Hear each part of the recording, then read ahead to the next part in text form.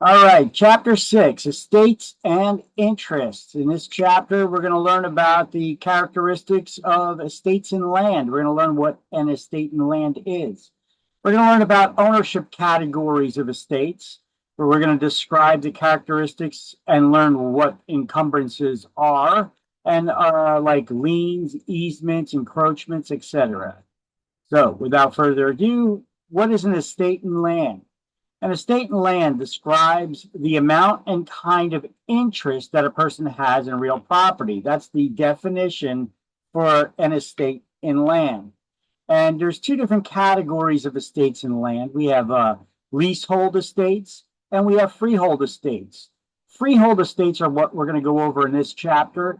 These are the category of ownership pertaining to the ownership of real estate.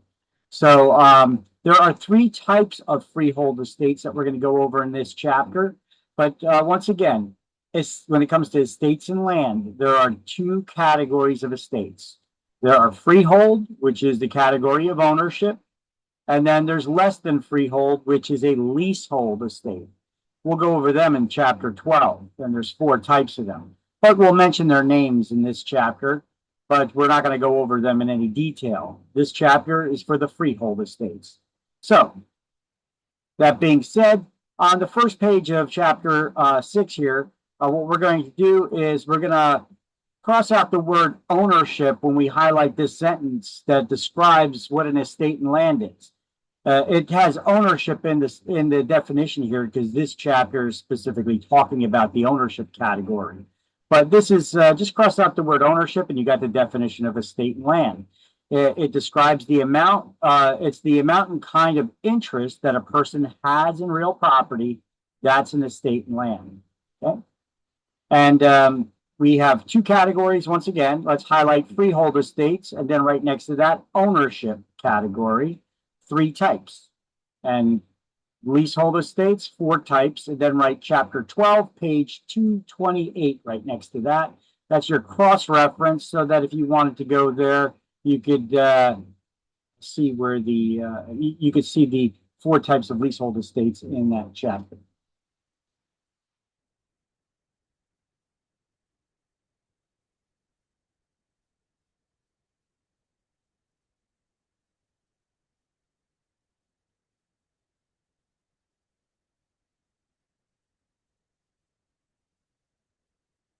Okay, so y'all want to let me know when you got that.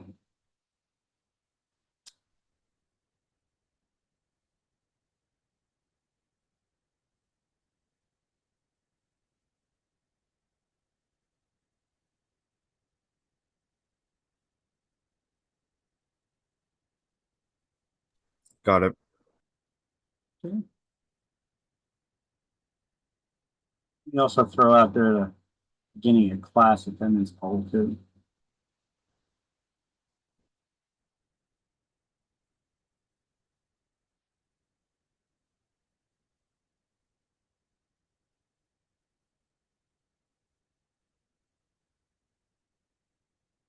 Come on, three more people. Attendance poll.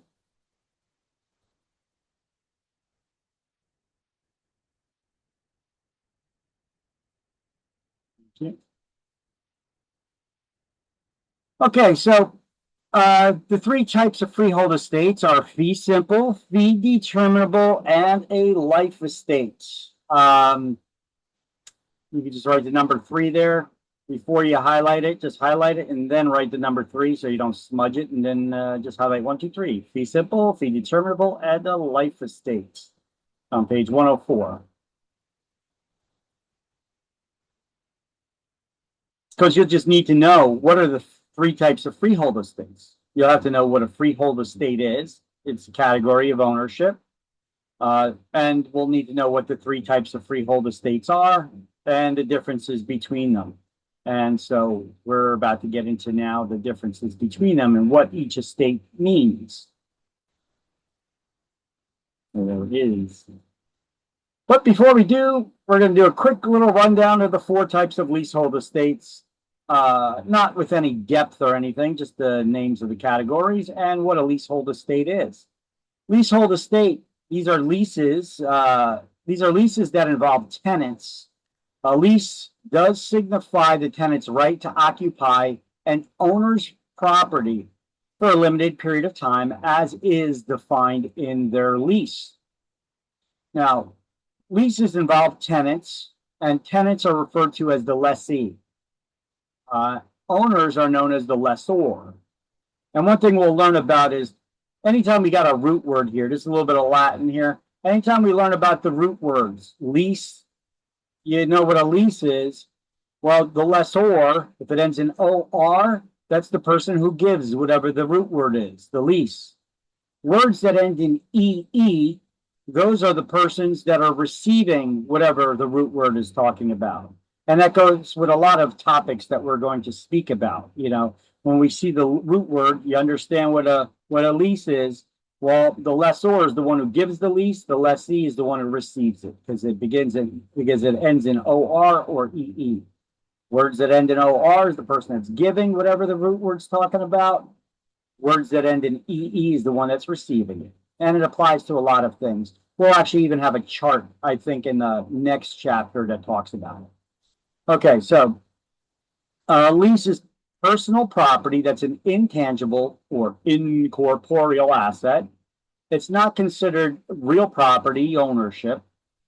What is a lease? A lease describes a tenant's rights to occupy someone else's property for a limited period of time as defined in the lease, as well as the terms, the length of time, what's being leased, and any limitations on the estate. You know, like you could lease somebody's house and they could say, well, you don't get to use the garage, or you only get half of the attic or half of the basement. The rest is my stuff, you know. If you don't spell that out in the lease, then the tenant can use the whole property. Okay, it has to be spelled out, any limitations on the property's use. If you're leasing them a property, you have to spell out those limitations in the lease. Okay. And there are 4 types of leasehold estates. There are estate for years, periodic estate, tenancy at will, and a tenancy at sufferance. Tenancy or estate at sufferance, tenancy or estate at will. Okay. So an estate for years is the most common one. It need not be for a period of years, though. The key characteristic for an estate for years is that it has a definite term. You know when the estate begins, you know when it ends. It's your normal type of lease. Periodic estates, these are leases that also have dates in them, but instead of an end date, it has a renewal date in it. It'll automatically renew for the same amount of time the original lease was written for. Tenancy or estate at will, well, this is at the landlord's will. You could stay there as long as the landlord allows it. And there has to be an agreement that both the tenant and the landlord, either one can terminate the estate by giving 3 months' notice. And then we have a tenancy at sufferance. This is somebody who once had a valid lease. That lease had expired. They did not renew it. They also didn't move out. And most importantly, they're not paying rent. Tenant at sufferance can be evicted at any time, but every day they remain, they cause the landlord to suffer.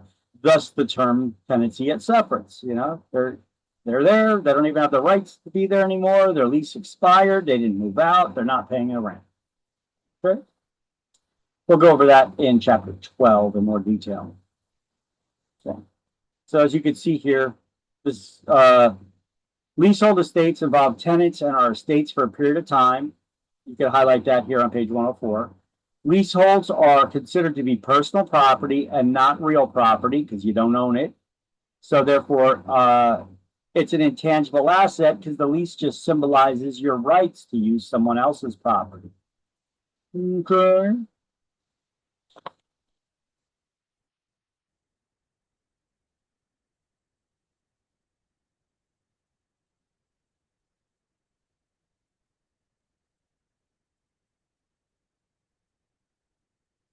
Everybody good? Everybody got that? Yes. Okay. Ooh. All right. So the three types of freehold estates, these are all your highlights for it, and your couple of notes here, like are the next to the titles. You can see them in bold now, but it looks like it's not the square writing. So next to fee simple estate, right? Ownership forever without restrictions. And then you'll highlight fee simple is the highest type of interest in real estate recognized by law. It goes by three names: fee simple, or fee simple absolute. Yes, this one category of estate can be referred to in three ways: simply as fee simple, or fee simple absolute. They describe the same thing. The highest form of interest in real estate recognized by law. It's unrestricted ownership forever. You could even say who gets your estate after you die.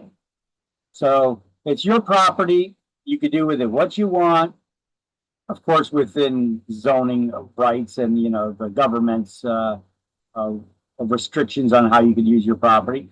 But it's unrestricted ownership forever. Ownership forever without restrictions. Then we have a fee determinable estate. You get right next to that, ownership forever based on a restriction. Those restrictions are called restrictive covenants. A covenant is a legal promise. So, ownership forever based on a restriction called a restrictive covenant.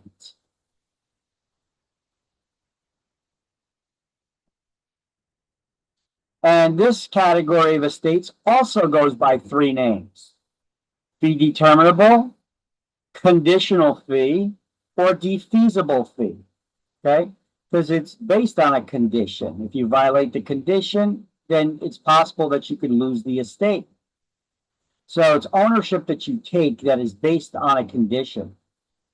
And that's the terms of your sale, your terms of you getting the ownership. You have to follow the restriction that's in the deed.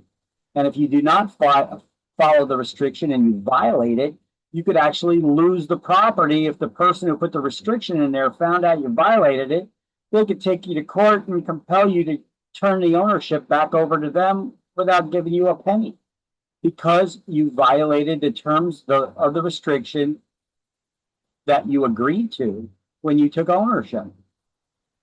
Now, these restrictions, they run with the land. That means it passes on from one owner to the next, unless there's a sunset clause in there that says these restrictions would go away on the happening of a certain event or by a certain time frame deadline. So, fee determinable, also known as a conditional or defeasible fee estate, that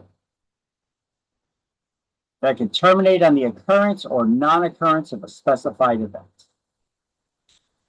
And it has what's known as a possibility of reverter in there.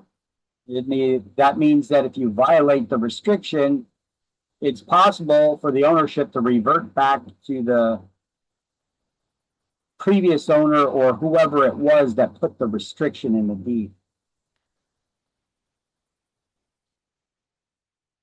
Or their heirs if they're no longer around with us. And a remainder man would be a third party named in an instrument. Instrument's a fancy way of saying document, to be a beneficiary. So you could place a restriction in a deed, and if somebody violates that restriction, you could say that instead of coming back to me, the ownership will go to someone else. That's what a remainder man is. That person who would go to, that would stand to be the beneficiary.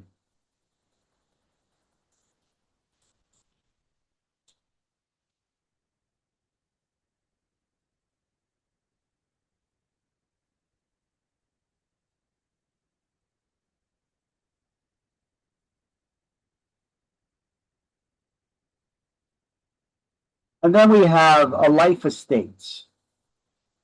A life estate is ownership that's based on someone's life. It's based on the life of the person it is given to. But what we're going to do is we're just going to write next to the definition here because there's another type of life estate. We're just going to write a simpler definition next to it. We're going to write life estate is ownership based on a life. Because you have your basic life estate, which is based on the life of the person it's given to. And then you also have a life estate for otra vida, means for the life of another. That's based on someone else's life.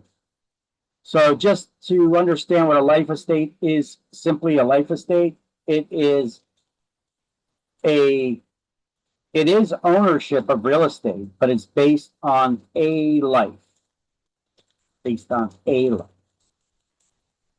And the estate is limited to a specific person. The owner of a normal life estate does not have the right to pass ownership onto their heirs because the ownership is based on their life. And when they die, they lose the ownership. So therefore, they can't dictate who gets it after they're dead. You follow?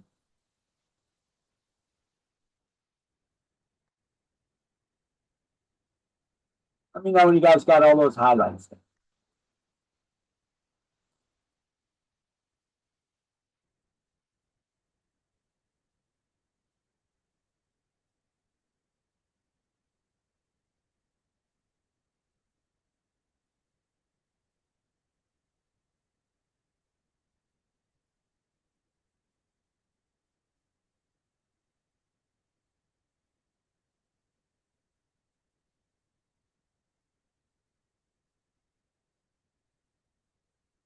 A question on this life estate. So is this an example? So when my sister passed away, she left her house to her husband, but when he dies, the house then goes to her nieces and nephews. Is that an example of this? Did she, well, was she the sole owner of the property? She was the sole owner of it was her house. She got married, her husband moved in, she passed away. So she said he can live in the house until he dies. But when he dies, the house goes to her nieces and nephews because she didn't have any children. So right, so that's the life estate because it's only the husband is, I guess, owner B, right? She was A, he was B, and then it's going to the kids when he dies. Is that an Well, example? well, when you're married, things can be a little different. But it really depends on did she own that property outright before their marriage? Yes. Okay, so it was paid off and everything, right? Okay, then yeah, then that's possible for you to do that. Otherwise, what happens is usually, well, when were they married to? What do you What they married a short time, only for about 4 years. what what year were they married? Oh, what year? 20, I guess 21. Okay, okay, that's a little bit different. So, yeah, because we have, I'm not sure, did we go over it yet? The ownership for spouses No, I or don't the think so. rights that spouses have. You have the dower and courtesy. I think we mentioned it before.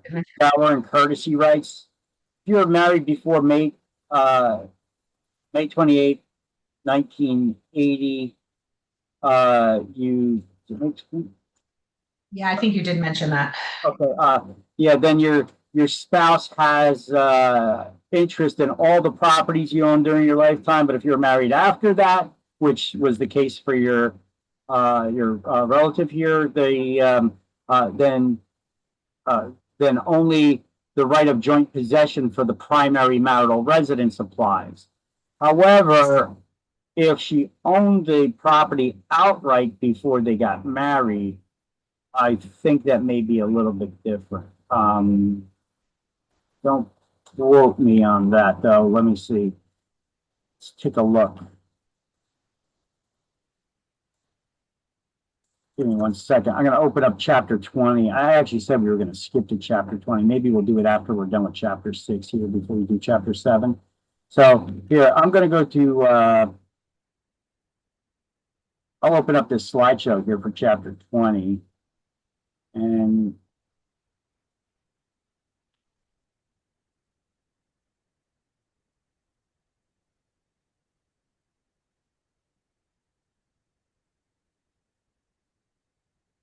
see if I can locate this.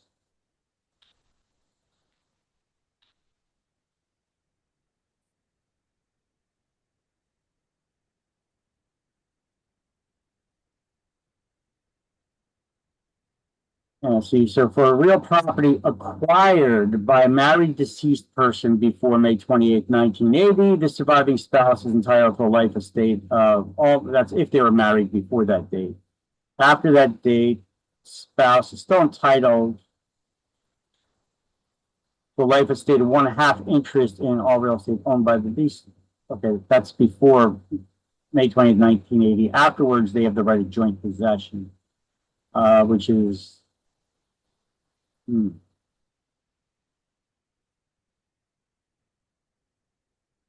don't worry about it.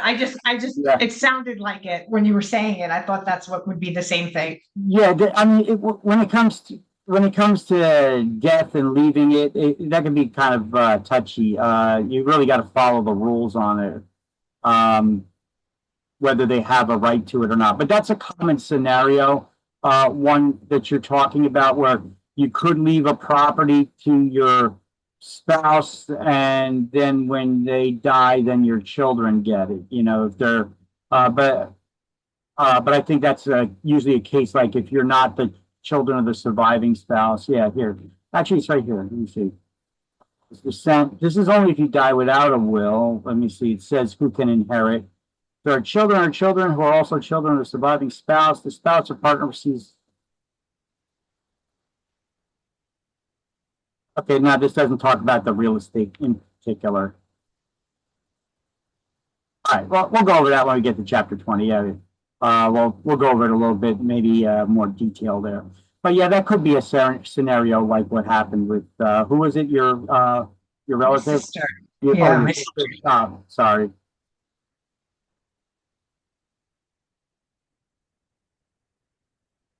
Okay, so yeah, that could have been a possibility how she done it. Now,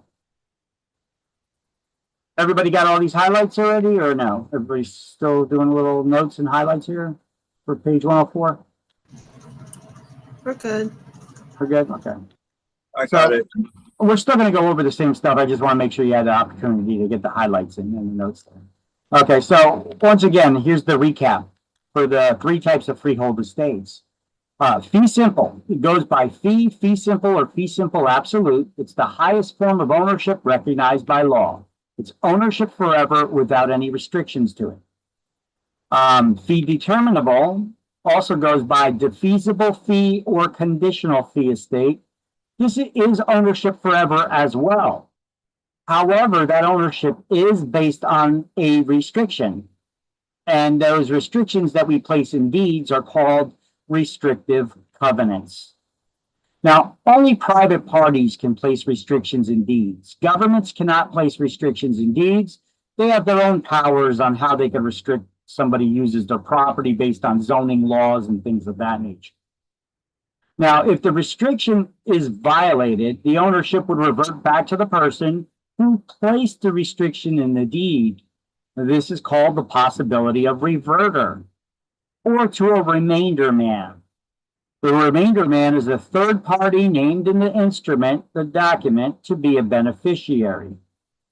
So the restrictive condition runs with the land. That means it passes on to the next owner and can only be removed by the person who added the restriction to the deed, their heirs, or the court. But the court's not likely to remove it in most circumstances. They're going to honor somebody's final wishes. You know, well, actually, it has nothing to do with death. So let me stop that. It could be if they did die, but either way, even if they're still alive, it's unlikely that a court is going to overturn somebody's restrictions that a buyer agreed to that are in the deed. Unless it's like one of these old deeds that had some sort of illegal restriction in there that said that you had to keep the property in the family and couldn't sell it to anybody else. Okay, that's actually not a legal restriction. It's too restrictive. Or it could be a discriminatory restriction saying that it couldn't, the property couldn't be sold to a person of color. Okay, then that's an illegal restriction. Now, that doesn't invalidate the entire deed. If there were other restrictions in there, just the illegal restrictions would be invalidated.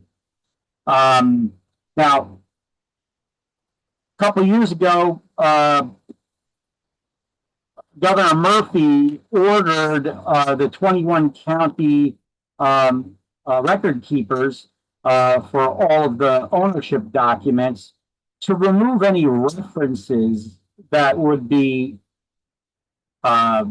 discriminatory from deeds in the public records. Now, I don't know how the hell they would do that. I don't know if that's just one of those good feel good. I don't know if that's just one of those feel good legislative orders, you know, because I don't see how that could be viable. That the record keeper go through every deed throughout history and erase any reference to an illegal or discriminatory condition that was placed in a deed. They would have to go through every property record throughout history. I don't know how they would actually do that, because not every every record throughout history has been digitized. You know, the newer deeds may have been, but not the older ones. So I don't see how they would do that. That's probably one of those ones that you do that the politicians do just to get some headlines. You know, that he removed all those discriminatory references in deeds, because the old paperwork plus the people who are the record keepers that file them. You know, how would they know which restrictions are illegal? I mean, the discriminatory ones, when they're flat out obvious, but some of them, you know, they're not lawyers. They don't know how to do that. That's once again another example of politicians passing laws and not being clear on how they were going to accomplish those goals. Politicians do stuff like that all the time. All right.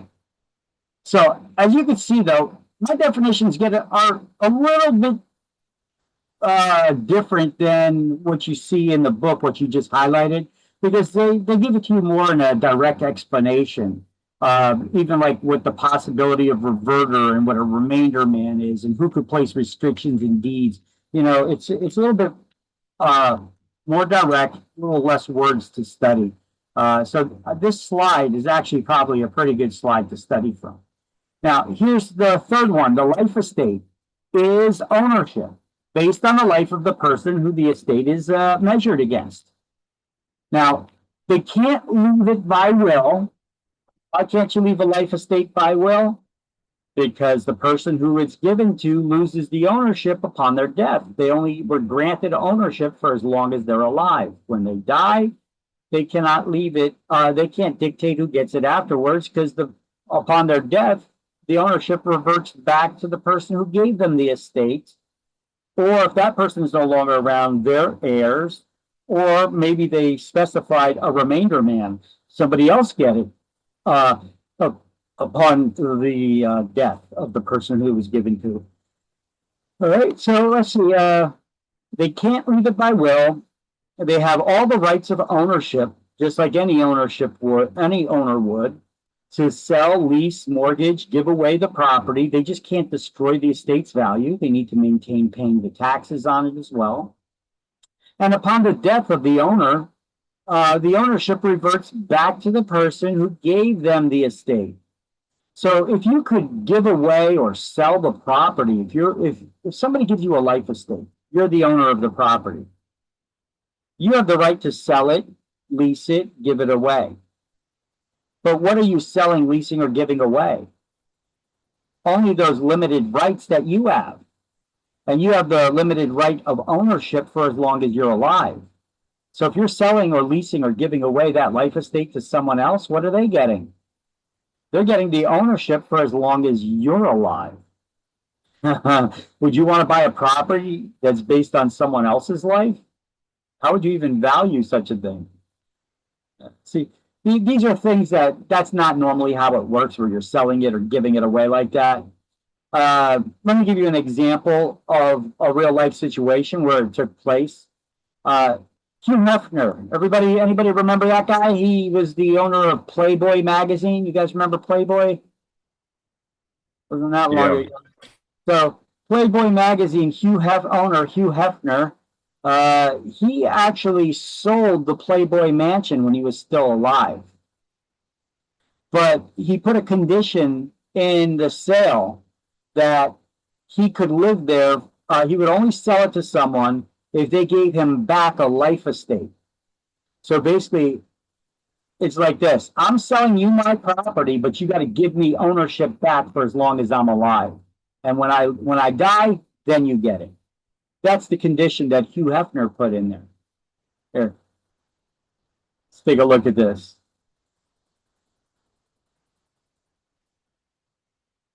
Oh, where did they put the picture? Oh, I love that picture. Damn it, I should have saved it. There was a great picture here. Dang it. They had a picture of the Playboy Mansion with a for sale with owner sign. So, in October, we revealed the Playboy Mansion home to Hugh Hefner. So what happened is he went and he sold the Playboy Mansion. They were guessing that the 29-room, 6-bedroom Beverly Hills mansion in decrepit condition. Its owner, Playboy Enterprises, hopes to sell it north of $200 million. Hugh Hefner at the time was 89 years old, where the average lifespan of a male in the United States was, where is it? About, well, they had a list here somewhere, where the average lifespan of somebody is about 81 years old. So he already was past the average lifespan of the average male. Oh, 84.3. Average U.S. male's life expectancy is 84.3. He was already at 89 years old. He sold the Playboy Mansion to his next door neighbor, some 40-year-old guy, apparently that's loaded with bucks. And I think he bought it for about 100 million at the end of the day. 80, 90, maybe about 100 million. All right. Now, anybody know why Hugh Hefner, owner of Playboy, needed to sell the Playboy Mansion? Well, having all those parties, living a Playboy lifestyle, having ex-wives that you're giving them yachts with their own crews to take care of them, stuff like that. It's not cheap, you know.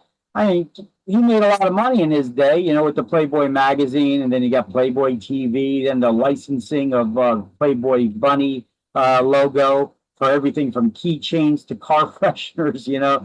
I mean, the guy's made a buco bucks, but so why was he selling Playboy magazine? Well, living that expensive lifestyle, having a 24/7 chef on standby to make sandwiches for you and your guests, to have parties constantly, all that, it costs money, you know. Plus, you know, magazine sales weren't exactly up, you know, with the advent of the internet. People can get their porn online for free, right? So, yeah, he didn't really have that need that much for that Playboy magazine there. Well, he needed the money because Playboy magazine wasn't really raking in the bucks anymore. Plus, his daughter, he put in charge of Playboy magazine. She was running it for the last several years and did a great job doing it. But she announced that she didn't want to do it no more. She wanted to move on to different ventures. And so Hugh Hefner put his extremely liberal California son in charge of the Playboy enterprise. And he decided that he was going to have fun with his new job. So his first act as the running of Playboy magazine was he was going to have the first transgender centerfold. Uh, as you could imagine, the readership of Playboy magazine, that's not exactly what they were looking to see. That's not what their turn on was. So imagine their surprise when they open up the centerfold and they see pretty much a guy pretending to be a girl in the magazine. That's not what they're subscribed to. So they canceled their memberships. Those that were left over subscribing to magazines canceled their memberships like crazy. So that made the financial situation even worse. So Hugh Hefner decided he was going to sell the Playboy Mansion, get that $100 million, figured that would be enough for him to live on. He sold it on the condition that he could get a life estate and remain there for the rest of his life, which only ended up being one more year after that. So his neighbor who bought it, did a good investment and, took his age into consideration of how much longer he could live, when he bought it and gave him back a life estate.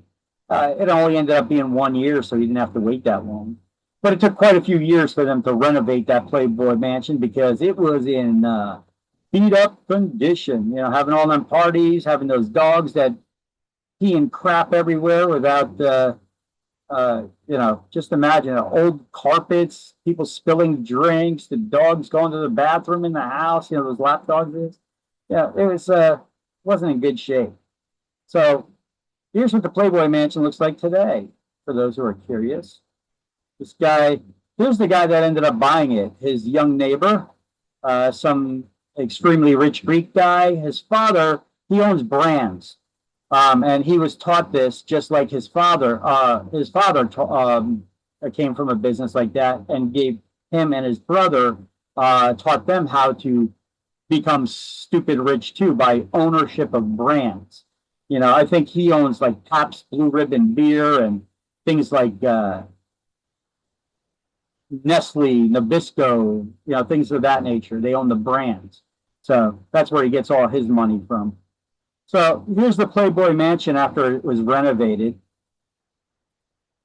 Did a really nice job because he really did gut it. You see, do they get the before after? No. So this is the renovation.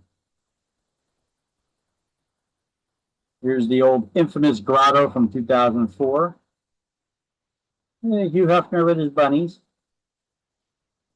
All right. Anyway. That's an example of where a life estate could be used. All right, so if you guys want to snap picture this, get these definitions, slightly a little more direct and easier to study from than the books. Yes.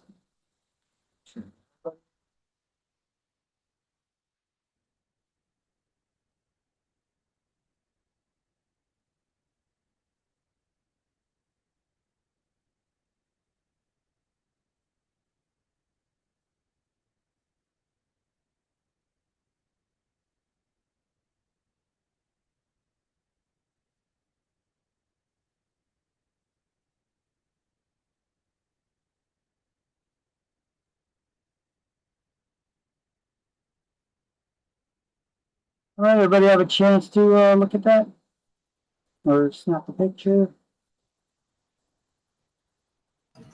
Yeah, we're all good. Okay, so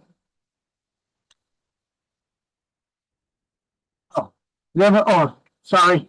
If you did take a picture and take it again, I just clicked the button and the another line got revealed. I'm sorry. The Porotravy. This is pronounced Porotravy, even though it's P-U-R. Porotravy, for the life of another. So this is ownership not based on the person whose life the estate is given to, but based on someone else's life.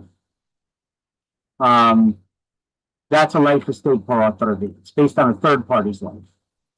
Now, instead of being based on the person's life who the estate's given to, it's based on someone else's life. That's Porotravy.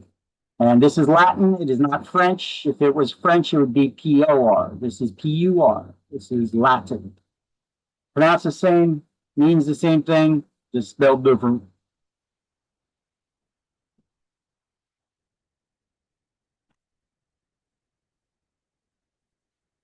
All right.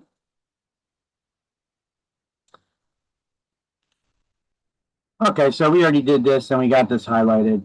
Be simple, be determinable, and the life estate with the life estate pour autre vie, for the life of another.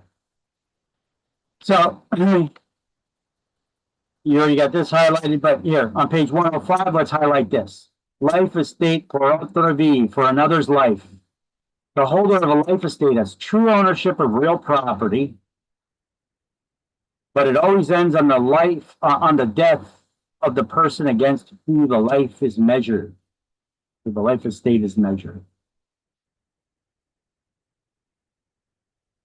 Whether it was given directly to them or if it was pour autre vie, based on someone else's life.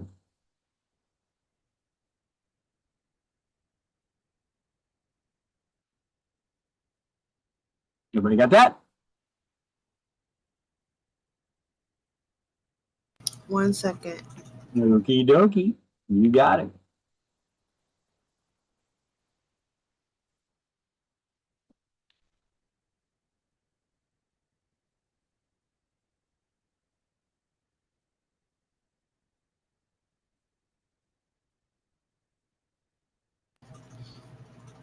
Okay.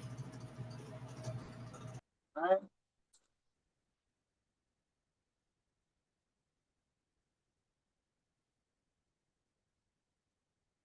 Okay, so this is the way that it works. You got the grantor, that's the owner of the property, who they sell the property then, or give the property to a life tenant. That life tenant dies, it comes back to the grantor. Another option is the grantor gives the property to a life tenant. That life tenant dies, they could have named a remainder man or heirs or devisees in their will to receive it. A remainder man is somebody you give it to, you designate while you're alive to get it. Heirs or devisees would be others that could get it. So that's what would happen in the event that the life tenant dies, who gets the property. All right, so dower and courtesy. Dower and courtesy are ancient rights that a spouse has in their spouse's property. Wife's interest, dower is the wife's interest in her husband's estate upon his death. And courtesy is a similar interest that the husband has in the wife's estate upon her death. New Jersey abolished the creation of any new dower or courtesy rights as of May 28, 1980, and instead now gives both husband and wife joint possession of the property that's their main marital residence. Now, the property acquired before this date gives the surviving spouse a life estate in all real estate owned by the deceased person, no matter what other provisions were made for in the will. In New Jersey, children may be disinherited, but the surviving spouse is entitled to at least 1/3 of the estate for all property acquired after May 28, 1980, and the determination of the augmented estate is a complex calculation. If the required minimum is not left to the surviving spouse, the courts may grant 1/3 of the estate to them by the right of election. So if you don't leave anything to your spouse in your will, the required 1/3 minimum, the spouse could say, yeah, I don't think so. Instead, I'm going to exercise my right of election and be entitled to 1/3 of the estate. But of course, they would need to know the rule and then exercise it. Okay? You can't be written out of the will by your spouse. You're entitled to 1/3 of the estate. Now, here's a tip to remember, which is the wife's right and which is the husband's. That's the one that I always say. Remember, a dower begins with a doe, and a doe is a deer, a female deer. So that's the wife's right. And courtesy, because men should be courteous to women, is the husband's right. Okay. Now, you may be thinking, well, what about in the cases of gay marriage and such? Well, that wasn't a thing back then in May 28th, 1980. It wasn't until recently where former Governor Christie signed gay marriage into law. Yes, the Republican governor signed gay marriage into law in New Jersey. Go figure, right? So, dower and courtesy, May 28th, 1980, you need to memorize that date. You need to know which one's the wife's right, which one's the husband's right. Okay?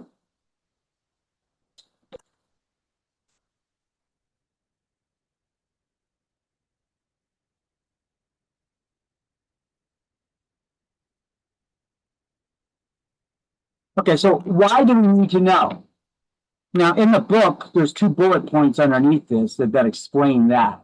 But why would we need to know when they were married, when the couple was married? Well, because if they're married before May 28, 1980, your spouse is entitled to half interest in all the properties that you've owned during your lifetime. And therefore, if your name is the only one that's on a document, and your spouse, if your name is the only one that's on the document, your spouse is still entitled to half of everything. So they would need to sign any documents to sell the real property.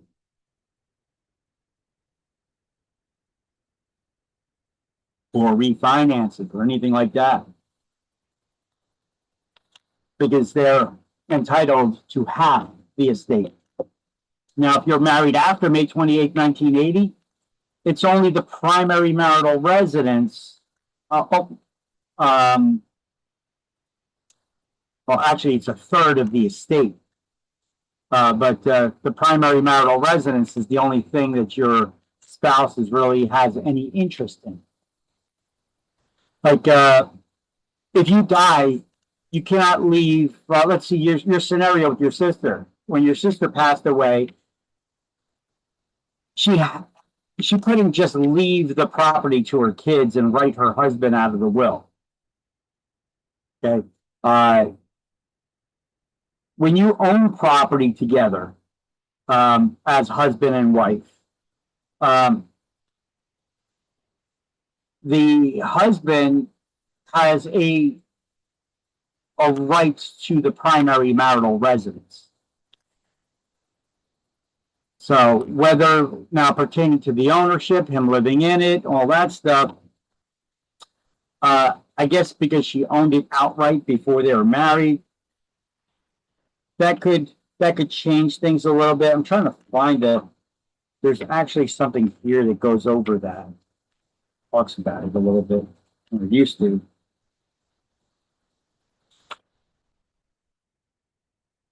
Oh, you know what? That's in chapter 7 we're going to go over. Chapter 7, we're going to go over the types of ownership. Okay, so by the entirety. Here, I can read to you that thing right now. The owners must be married when they receive the property. The owners have the right of survivorship, and there is no right partition.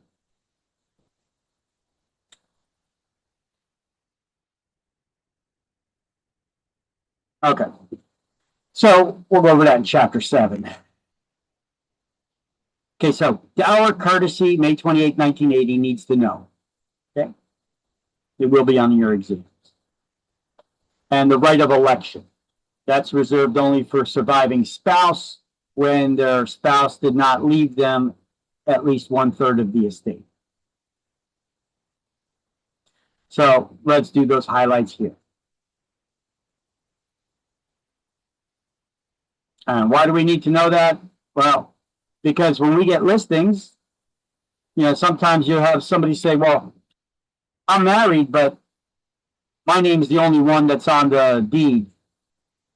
Okay, so if you were married before May 28, 1980, both spouses still need to sign.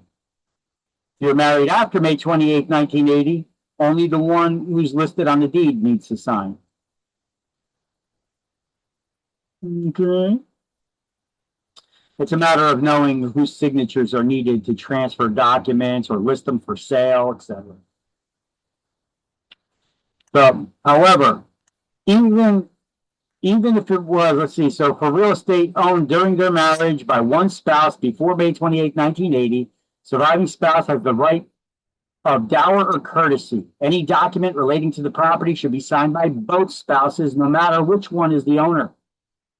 And if the family home is being sold, all documents must be signed by both parties, even if only one is listed as the owner. And that doesn't matter when you were married. All real estate acquired after May 28, 1980, that is not the family home, the primary family residence, may be sold by only the one that's listed as the owner, without the signature of the spouse. The seller should, however, consult an attorney before signing any of these documents. Without the spouse, there's, these kinds of legality things can get a little particular, especially if you own the property outright before you got married. If your spouse put any money into the property at all over the years to do any repairs or pay any taxes, if they contributed in any way, shape, or form, could be $1. They could lay claim to rights of interest in that property. This is why, like, you get people, they get divorced and they're like, my spouse got half of everything. And I was the only one listed as the owner, but yet they got half of everything. Well, why is that? If you were the only owner. Well, it's because they have, they may have followed the money and can prove that they contributed to the property. And if they contributed even $1, if they could trace back, then they could show that they had an interest in the property because they were putting money into it. That's how I had a guy that was in this class one time. He's like, yeah, I got divorced and she got half of everything. I was like, that's bullshit. He's like, she still got half of everything. I was like, you know how? Because if she could trace back and follow the money and prove that she put $1 into this property, whether it's paying taxes, repairs, whatever it is, that's how the lawyers break these rules. These rules are written in stone, but there are exceptions to them, and there's other things that could change the rule a little bit. That's like if you have a prenuptial agreement. You get married and you have a prenuptial agreement that dictates how the assets are going to be divided in the event that you do split later on. Prenuptial agreements, unless you have an attorney that writes an airtight one that's super good with it, and that's all they do. They need to be contractual experts because you could always blow holes through prenuptial agreements if depending on how it was written, so they're not all that rock solid either. So it depends. But everybody still should have a prenuptial agreement, especially when you get married, especially if you're not rich. Because of course, when you get married, nobody wants to think about getting divorced at the time you're getting married. However, in these days, it's a smart thing to do, especially with half the couples out there getting divorced at some point in time, to look out for your assets that you got going into it. Now, you have to have provisions there that if we have children, or if this person cheats, or if this person's abusive, what will happen? Okay. You really got to write them really good, but still, lawyers can poke holes through them sometimes. But that's not our concern. As real estate agents, we just need to know who needs to sign documents, right? And if it was before May 28, 1980, who needs to sign documents if only one owner is listed as the spouse? Or if only one spouse is listed as the owner. Said that backwards, sorry. Who needs to sign the documents to list the property for sale or to sell it? if only one spouse is listed as the owner. You were married before May 28th, 1980.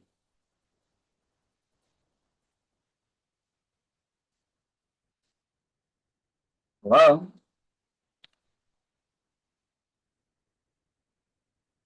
You guys still enjoying your weekends or what? Come on, check back in. Both spouses need to sign, even if one is listed as the owner, if you're married before May 28th, 1980.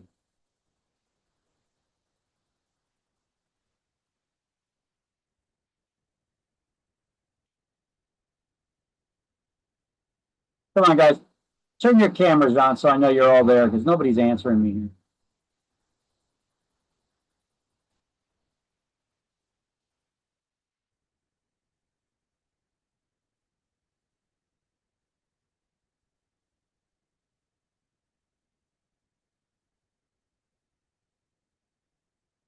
Sagar, Jasmine, Jeremiah, you guys there?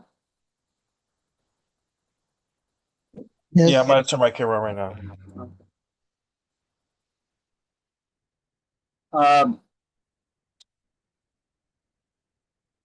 Does everybody have these notes for dower and courtesy? You do need to know this for exams. You do absolutely need to know this for exams.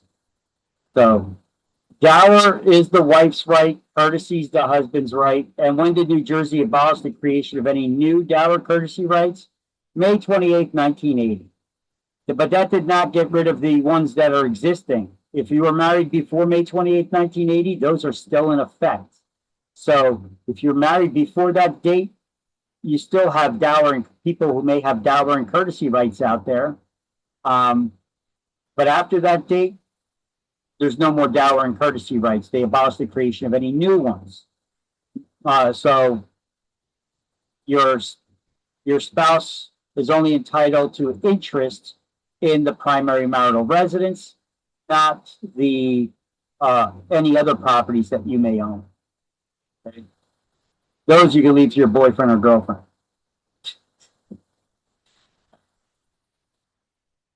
All right. It's a joke. Encumbrances. Okay, let's not look at our books to read it or anything. Let's try to figure out what an encumbrance is. You guys ever hear this word encumbrance before? Forget about real estate. Just the word encumbrance. The word encumbrance itself, what is that? What does it mean? Well, it's a burden on the property, a claim, lien, charge, or liability attached to and binding on real property, limiting its value or title, its ownership. So let me give you an example. Let me give you an example of an encumbrance, the word encumbrance. Let me give you some visuals here. Forget about real estate. If I were to jump on your back and hold on, you're encumbered by my weight, right? You're burdened by my weight. My weight is holding you down. Can you still move? You probably can. It's just going to be a lot harder to, okay? Because I'm holding on to you. I'm dragging you up. You're struggling just to stay up with all my weight on you, right? But you could still move. It's just a lot harder to, right? So I want you to have that visual in your head anytime you hear the term encumbrance. Think about me jumping on your back and holding on. You're encumbered by my weight. It's harder to move, but you still can. Well, real estate is the same. If real estate is encumbered by something, anything, can you still move it, sell it? Yes, it's just a lot harder to. Okay, so I want you to just have that regular understanding of what an encumbrance is. You know, you're encumbered by my weight. I jump on you, makes it harder for you to move around, but you can still move. Well, real estate, it's the same situation. If it's encumbered by something, it's a lot harder to move it, to sell it, but you still can. So it's just a lot harder to. So liens are financial claims on property.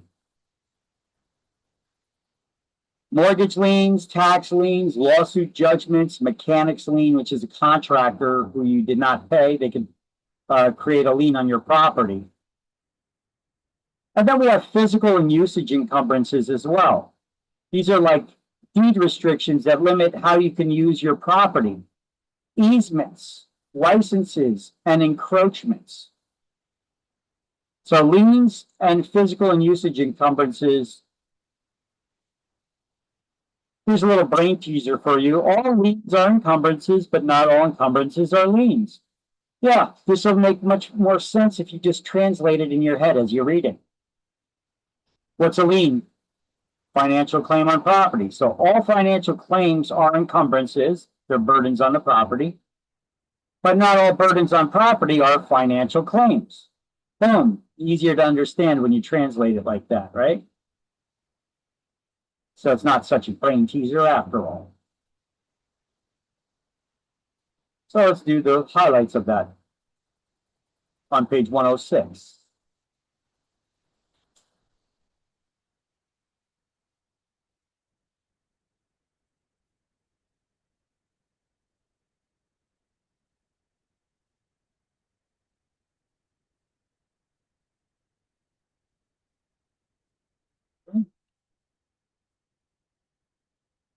And then liens are financial claims against property that provide security for a debt or obligation of the property owner. If the obligation is not paid, the lien holder or creditor has the right to have it paid out of the property itself. Okay? And liens are classified either as voluntary or involuntary, or as general or specific. Okay. So what is a voluntary lien? What does voluntary, the word voluntary mean? It's something you agreed to, something you wanted. That's voluntary. So a voluntary lien, lien's a financial claim, is one you went out of the way to get. It's created by the property owner. And an involuntary lien is a financial claim. It's one you didn't want. However, it was one that was imposed on you, like taxes, right? Who wants to pay taxes? But we still have to pay them. But they're not voluntary, they're involuntary liens. We didn't consent to paying taxes, they're being imposed on us, right? Without the owner's consent. Property taxes are one example of that. Now, general liens, remember, I think earlier chapter I told you, when I go like this, when talking in general, it's a wider scope, covers a wider range of things, versus specific, it's a narrow scope. General, specific, general, specific. General is a wide scope, specific is a narrow scope. So, a lien can be general, which general liens affect all property that you own, and not just the real estate, even your personal property and assets. Specific liens are placed against one parcel of real estate only. Like if you don't pay your gas bill on your house, all right, utility company can place a specific lien on your property. You don't pay your property tax, it could only affect that one property. You don't pay your income tax, well, that's a general lien. That could affect all properties that you own, right? So a general lien affects all property you own. Specific lien is only against one parcel. If someone receives a court judgment for a large unpaid bill or unpaid child support, for example, this judgment can be placed as a lien against all the real estate owned by the debtor. So those things are examples of general liens. Everybody got the highlights? Anybody still highlighting? Good. So liens are a financial claim against property that provides security for a debt or obligation of the property owner. And once again, we have voluntary liens that are created by the owner, involuntary liens that are imposed on the owner. General liens, they affect all your property, and specific liens, they only affect one parcel of real estate. So here you go. Here's some examples in the book. They give you these pictures, these diagrams of general liens and specific liens. The general liens, they even affect your personal property. So what are the effects of the liens on your title?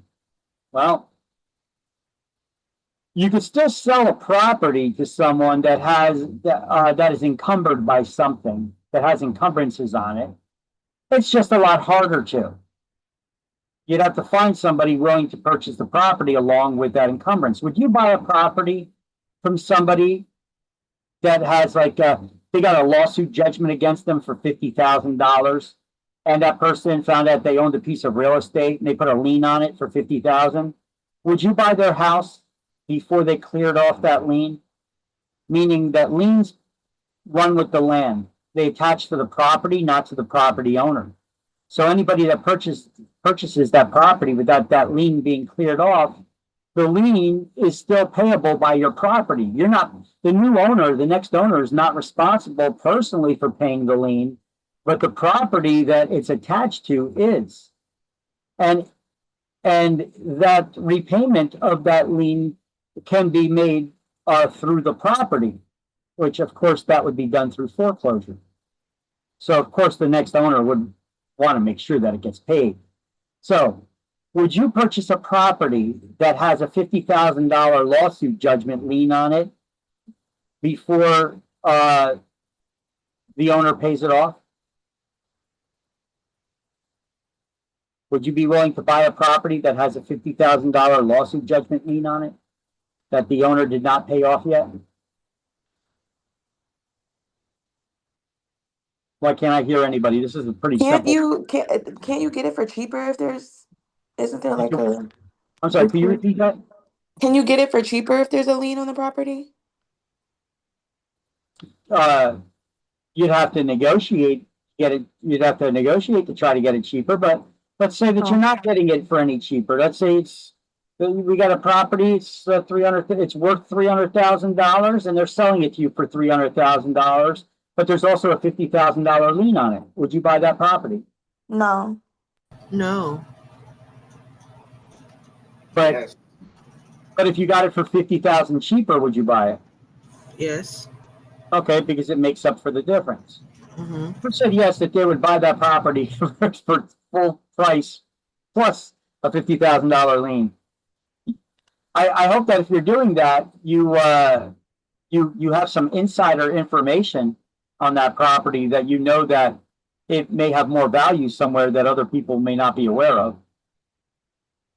Like there's oil on that property, black gold. Or there is gold on that property or something that makes it of value.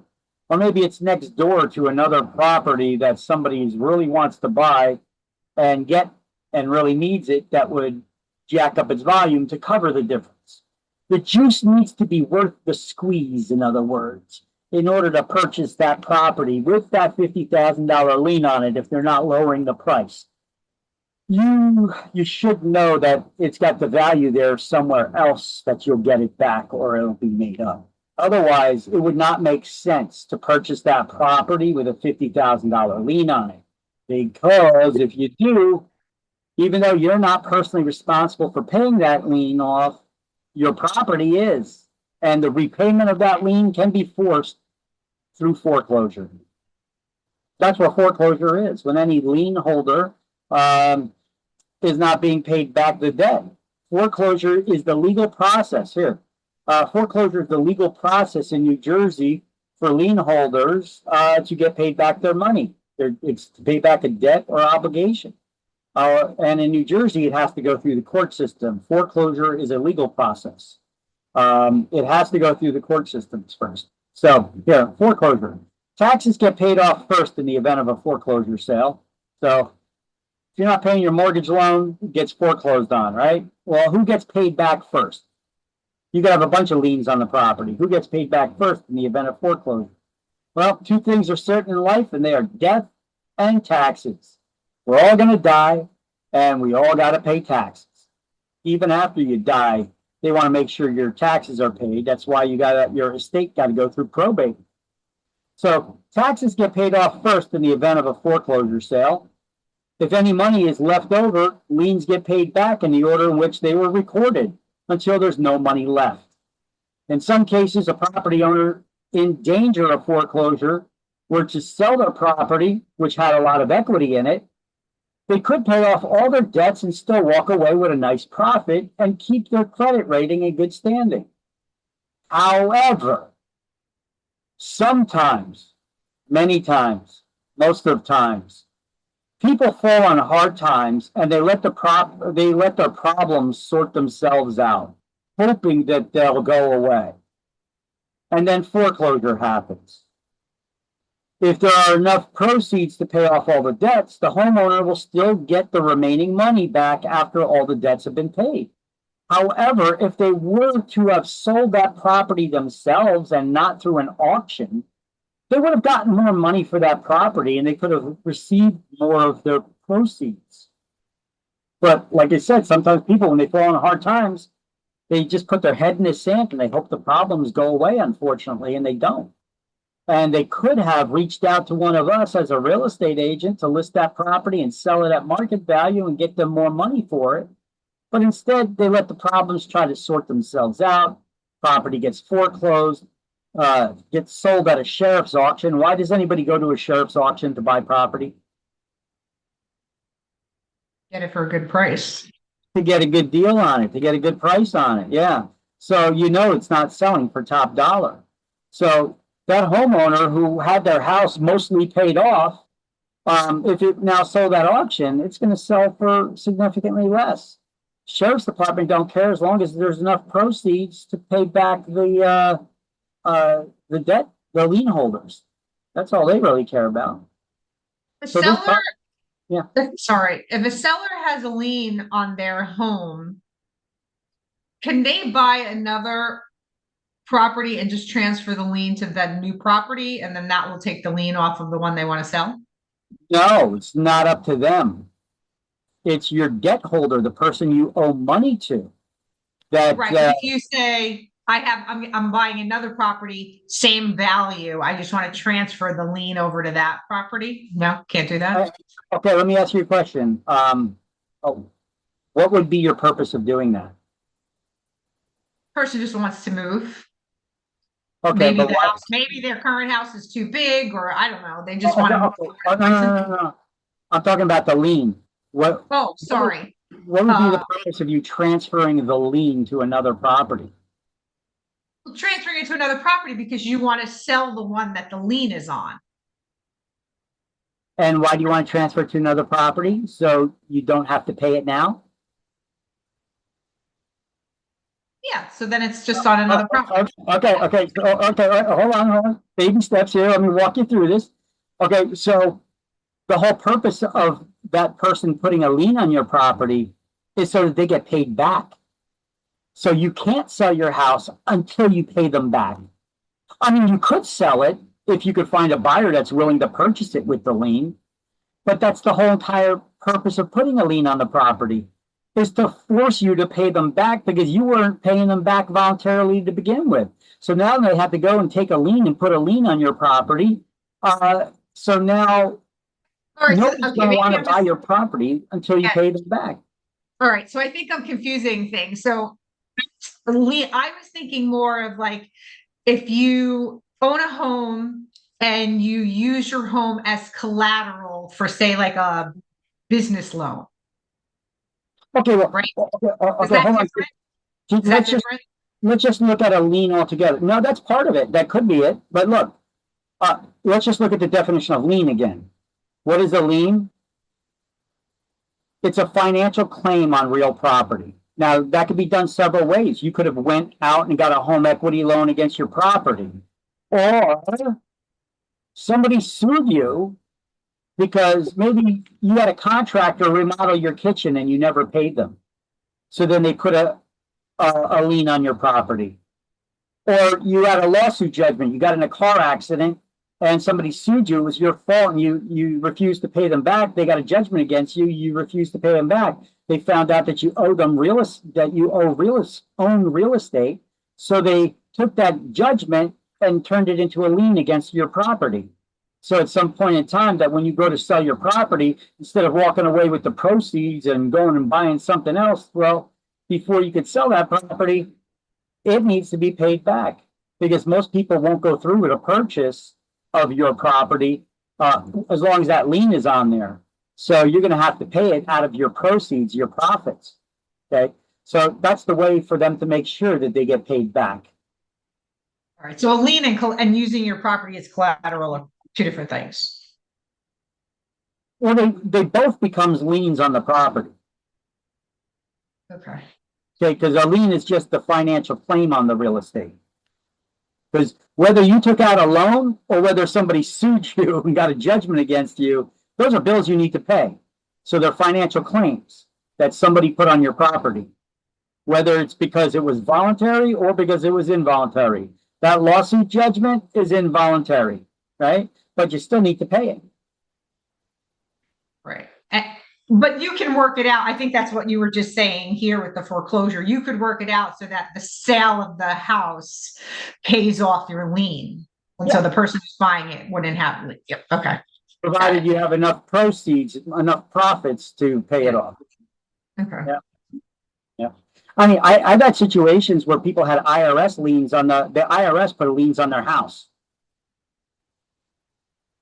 We couldn't close unless the IRS removed the lien, but there would not be enough profit from the sale because there was zero profit on the sale because we were doing a pre-foreclosure sale. It was called a short sale. So the person had zero equity. The house was worth half of what they owed on it. The bank wasn't even getting paid back all their money. So in order to get this sale, we had to contact the IRS and reason with them to remove the lien from the property so that we could sell the property so that the bank can get some of their money back. And we had to get the attorneys to explain to the IRS that there is no profit. So the seller's not walking away with any profit because there is none to be had. It's actually being sold at a loss. So we had to really explain it to the IRS to get them to remove the lien because they don't want to remove liens from properties. Okay, that's how they figure they get paid their debt back. But they saw the reasoning behind it and they removed the lien so that we could move forward with the sale so that the bank isn't jammed up and they get at least some of their loan money back. So in that case, the bank got the money before the tax. That's income tax. Yeah, that's income taxes there. Yeah, because there was no profit. Okay. Remember, any liens when they get paid back, it's from the proceeds of the sale, from the profits. Okay, or from the proceeds. First off, the loan gets paid back, but then any liens beyond that, well, they get paid back, according to the priority taxes jump to the head of the line there. But if there's no profit to be had whatsoever, we had to explain and negotiate to the IRS to get them to agree to remove it, because they're not there to try to jam up the bank. They wanted to make sure the property owner doesn't get any profit till they get paid back, or anybody else who may have a lien on the property gets paid back. But the sale's not going to happen if the bank don't get paid back anything, So we had to negotiate with the IRS to agree to that. Because like you said, normally two things are certain in life, death and taxes. Taxes get jumped to the head of the line, but we negotiated with them and they agreed to drop it. But unfortunately, this is a situation sometimes people are in. They may have their house almost totally paid off. They have like 3 payments left on the house and then they lose their job. They're unable to make the payments, the mortgage payments. They still have a mortgage, but they only have 3 payments left.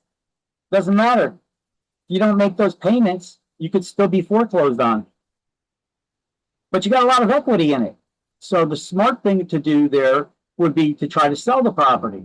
But think about it for a second. The most people, it's a smart financial decision, but would most people sell their house when they don't want to sell? They want to continue living in it. They want to keep their house. And they have most of it paid off. They only got a couple of payments left. But an unfortunate thing happened. They lose their job. They can't make the payments. Hey, it's either foreclosure and auction, and you're going to lose it, or you sell it and pay off the debt and walk away with a hefty profit, all of your equity. Or you could try to get another loan, but you could try to get another loan, but you don't got a job. So that could be a little difficult, unless it's a home equity loan, right? You go get a home equity line of credit because you got a lot of equity in the property. Maybe you can take that equity out, pay off your existing loan, and then just have an equity loan, right? A home equity line of credit, it's another option.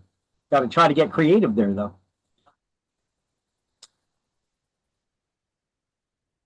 Financial hardships, they call them hardships for a reason, you know?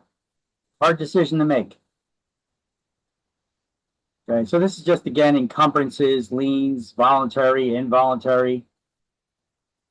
And when you pay off these liens, do they ever remove the lien from the public record? They do not. Once a document is added to a public record, like a lien, it is there forever. Even if you pay it off, you still got that lien on the property. They just add another document to the public record called a satisfaction of lien, showing that that lien had been satisfied or paid off. So now if somebody ever does a title search in the future, they could see that the property, you had a lien on it, and then that lien was paid off. They don't remove the liens from the public records because then they would never know that you ever had a lien on the property. Okay? Anytime we add documents to the public record, they're there forever. They just add another document and another document. You know? So the satisfaction of lien is the document that just shows that the lien had been satisfied and paid off. But they never remove the lien. Now, if a lien is found to be on the property, this is what we call a cloud on the title. I mean, clouds on title could be liens or other encumbrances on the property. They're problems. When I say cloud on the title, think of that dark thunderstorm cloud only hovering over your house. Would you want to buy a house that had a dark thunderstorm? It was the only house on the block that has a thunderstorm cloud always hovering over it? Or would you think that's really weird and there's some kind of a problem with that house? Right? Or do you like thunderstorms? I don't know. It's an indication there's some kind of problem with this house. It's kind of spooky if there's only a thunderstorm cloud hovering over one house, right? That's an indication to me there's something wrong with that house. So, what is the problem? Well, we don't know. It could be many different things. It could be a lien on a property. It could be that previous owner, when they sold the property, not all the owners signed the deed. So because one of the owners didn't sign the deed, that creates a cloud on the title, because that person could step forward at some point in the future and claim, I never sold it, I never signed the deed, and they could claim the ownership back. You know, so it creates a cloud on the title. Cloud on the title is just indicative of a problem about the title. And title means what? Title means what? What does the word title mean? Ownership? Ownership. So there's a cloud on the title. There's a problem with the title. There's a problem with the ownership. Right? That's what the term cloud on title means. So familiarize yourself with that term as well. Write that in your terms and definition list, cloud on title. It's an indication there's a problem or possible problem with the ownership, like unpaid liens or a previous owner not signing the deed. All the previous owners not signing the deed that transferred the ownership.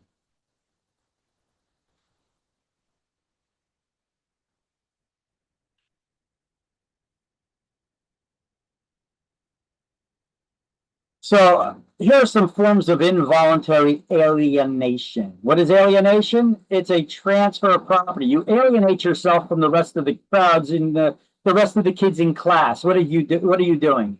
When you alienate yourself from the rest of the kids in class, what are you doing? You're separating yourself from them. You're keeping away from them, right? So that term alienation, that's exactly what it is. You're separating yourself from your property. Now, involuntary, that means you're not doing it on purpose. You're being separated from them. Sit in a corner. Okay. So just so that we could be familiar with these terms so we don't forget them on exams, I'm trying to liken them to, everyday stuff here. So these are forms of involuntary alienation. Escheat. That happens when a person dies intestate. What is intestate? When you die without a will and no heirs can be located, the state gets your property. Eminent domain is when a land is needed for a greater public good. Maybe they need to build a highway or put an entrance or exit ramp or put a tunnel or train tracks or public utilities. They need to put a gas pipeline across your property. It's for the greater public good. And you don't want to sell it. Well, they could take your property by eminent domain through the court system. They call that condemnation. But you need to be justly compensated. And then the public or governmental agency or what do you call it? Gas companies, electricity, the public utilities could take it, have the power of eminent domain. Now, foreclosure, I told you in New Jersey, foreclosure is a legal proceeding. In some other states, it is not. It doesn't have to go through the courts. In New Jersey, it does. So if you don't pay your debt secured by real property, foreclosure happens, and then the sheriff is told to sell the property off to the highest bidder at auction. Now, adverse possession. Oh, adverse possession. You're squatting on somebody's property. You're in possession of their property, adverse to their title. Through open, notorious, continuous, hostile, and adverse use of another person's property for a prescribed period of time as defined by laws in whichever state we're talking about, an easement by prescription can be perfected in a court of law using a suit for adverse possession by the adverse possessor, who then takes the property through the court system. If somebody is using your property against your permission, hostile, adverse to your title, exclusive, out in the open for a period of time as defined by law, and you took no action to remove them from that property, they could claim adverse possession to get ownership of your property that they've been using, that you were aware of it, you didn't agree to it, you don't like it, but you took no action to get them removed. They could claim ownership.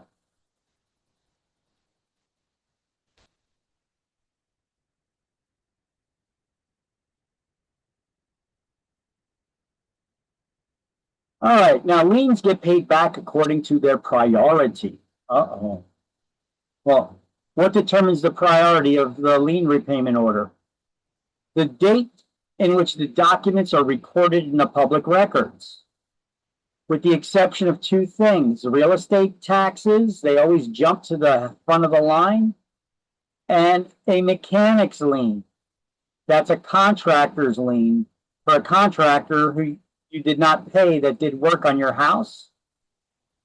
Mechanic's liens are unique in that they're retroactive back to the dates that the materials were delivered or the work began, whichever occurred first. So even though a contractor can file a lien against your property much later, it gets backdated. It doesn't get recorded in the public records according to the date that they recorded it. It gets backdated to the date that their materials were first delivered or their work began. That's how they're unique. So they could really technically, even though maybe somebody filed a lien on the property before the contractor's lien can jump ahead of theirs because it gets backdated retroactively to the date the materials were delivered or the work was performed, whichever occurred first. Okay. So we got the highlights there for that. Page 107.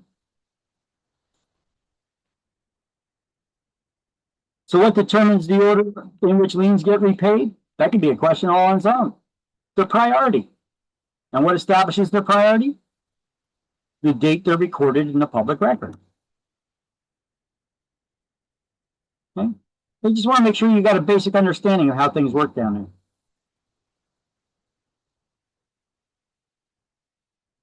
So, what are the effects of liens on the title? Well, liens and other encumbrances, I told you, they run with the land. The term run with the land means it passes from one owner to the next. So liens attached to the property, not to the property owner. Then the priority of liens is what establishes the order in which those liens, those debts are paid off. Tax liens take priority over other liens.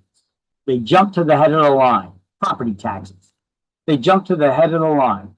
Otherwise, they're repaid according to the date they're recorded in the public record, with the exception of a mechanics lien, which is retroactively backdated to the date the materials were delivered or the work began. You got mortgage liens, you have other junior liens, maybe home improvement loans or home equity lines of credit. Those, we call them junior liens. They're junior or second or third or fourth loans. Judgments, they could become a lien on the property. Somebody sues you, you got into a car accident, it was your fault, they sue you. They could take that judgment and turn it into a lien against your property that you own. And other liens. Okay, so let's take a look. So a mortgage lien is a voluntary lien, page 108. Mortgage liens are voluntary lien.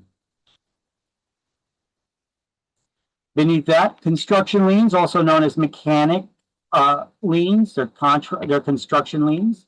They're involuntary liens. And construction liens are unique. And then let's highlight that last sentence there. Tells you that they're retroactive. They can be retroactively backdated.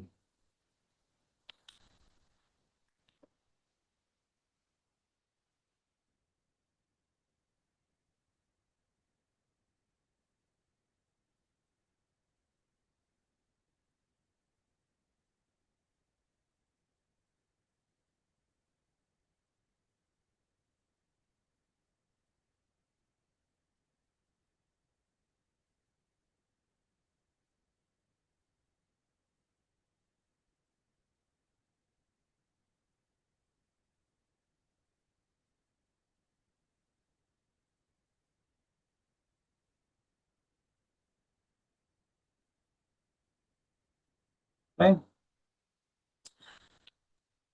Now we'll learn about a lis pendens. When you fall behind on your mortgage payments, your lender will generally give you 30 days to cure such any defaults. And after that, after 30 days, so about 2 months, you're about 2 months now behind on your mortgage payments.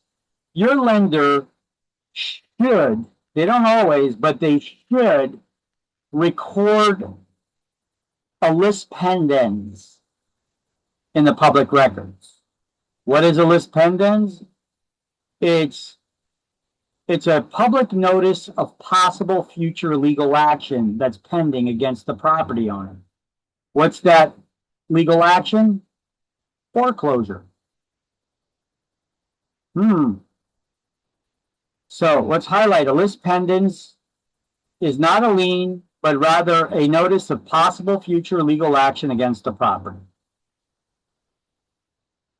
Wouldn't it be great if we were able to get a list of all these people who are at least 2 months behind on their mortgage payments? Would you find that useful as a real estate agent or as an investor even? You could find a list of everybody who's a couple months behind on their mortgage payments.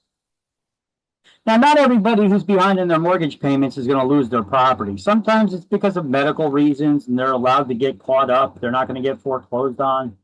Um, Maybe it's because they're serving in the military overseas. They're no longer allowed to be foreclosed on. Um, yeah, in the past, New Jersey was foreclosing on our own military. They were serving overseas, but they were unable to get to the city hall in their town here in the United States to pay the taxes, so they got foreclosed on. That wasn't too fair, was it? You know, serving your country and then they take your house from you. That sucks. So the law's changed on that a bit, doesn't allow that to happen anymore. But otherwise, people you file behind on your mortgage payments, foreclosure is pending, possibly. So the lender is required to file a lis pendens in the public records. It puts the world on notice. Anybody who's interested in this property, that possible future legal action is coming. That legal action is foreclosure. So as real estate agents, these are people we could reach out to. Now, I wouldn't go calling them or knocking on their door. What are you going to say? Yeah, according to my records, you're behind on your payments. I could help you sell your house. But you'd be like, who the hell is this? How do you know? How do you know about my financial situation? People will get livid when you're poking in their financial records and that you even have access or knowledge to, even though it's a public record, you're not going to get a good response. And anytime you got to explain yourself, it's not good. So take the soft approach. I would suggest send them a letter or a postcard in the mail. Make it seem all a matter of factly, behind on your mortgage payments, in danger of foreclosure, we can help. And if you keep sending that type of a letter out to them or a postcard out to them, every couple weeks, behind on your mortgage payments, danger of foreclosure, we can help. Eventually, they're going to possibly see the light and reach out to you. Often they do when it's already like down to the wire, Unfortunately, it makes it tougher for us to be able to help, but we still can. I've saved plenty of people from foreclosure. They're in danger of foreclosure. We could get the seller's lender to delay foreclosure 2 times for 2 weeks each time. So that's 1 month. And we can get the homeowner can delay it 2 times for 2 weeks. That's another month. On average, how long does it take to close on the purchase of real estate? 60 days. It can be done sooner, but that could definitely still give us an opportunity to find an investor, purchase the property in a hurry, and sell it. So lis pendens, what is it? You need to know, add that term to your definition list. Public notice of possible future legal action. It's recorded in the County Hall of Records. And here I put together for you some resources of where you could get those lists, because you probably don't know how to search the public records, even if you went down to City Hall, right? And it would be very, very time consuming. Instead, you could subscribe to one of these lists where these people have somebody down there adding it to a database somewhere, and you could just access the database in exchange for a fee. You could access a list of all those people behind on their mortgage payments. njlistpendens.com, Realty Track. It's a little bit more expensive, but it also includes listings for properties that have already been foreclosed and are owned free and clear by the banks.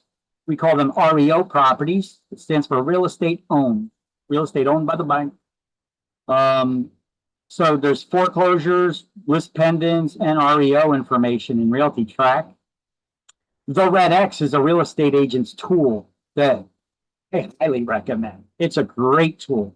You could use it to scan the MLS every day to let you know of listings that are about to expire so that you can reach out to those property owners. So you could reach out to those property owners.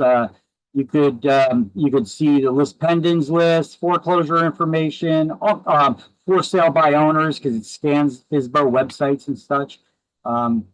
It's a great tool for prospecting. Little tip there. And then NAR RPR. This is a free tool that you get as part of your membership in the Realtors organization. That NAR RPR. I think I showed you a video the other day of it, how it works and all the tutorials they give you how to use it. And you could use it for getting this information too.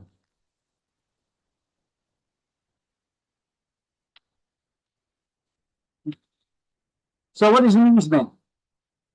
An easement is a right. Underline the word right when you're highlighting this. It's a right acquired by one party to use the land of another party for a particular purpose. That's an easement. So easement is a right, and rights can't be revoked. So let's write that next to easement. Rights cannot be revoked. And an easement is a right. Once it's been established you got rights, nobody can take your rights from you.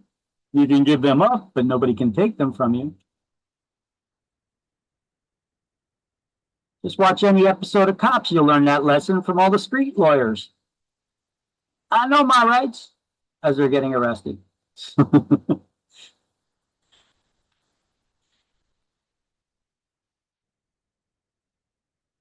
And an easement may be either appurtenant or engross. Yes, we're going to learn what those two categories of easements are. Appurtenant or engross.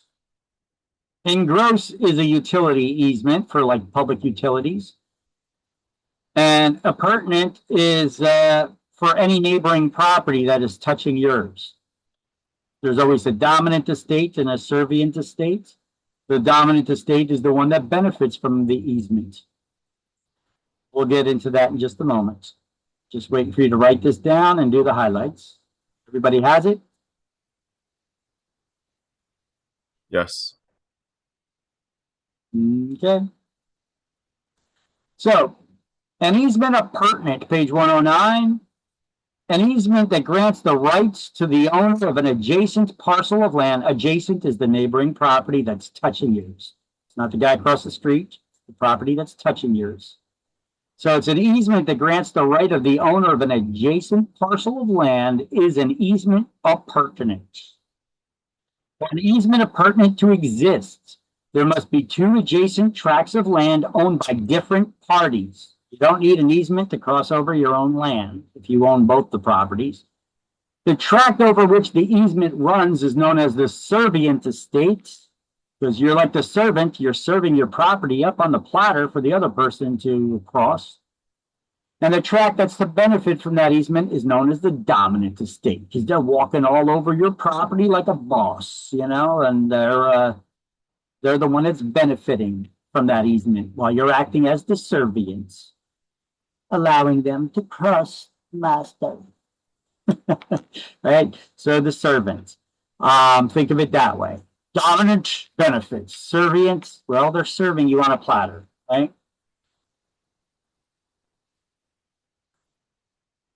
So anytime you have an easement right where one party's crossing over the other party's property, the one that's crossing over the property and benefiting, they're the dominant estate.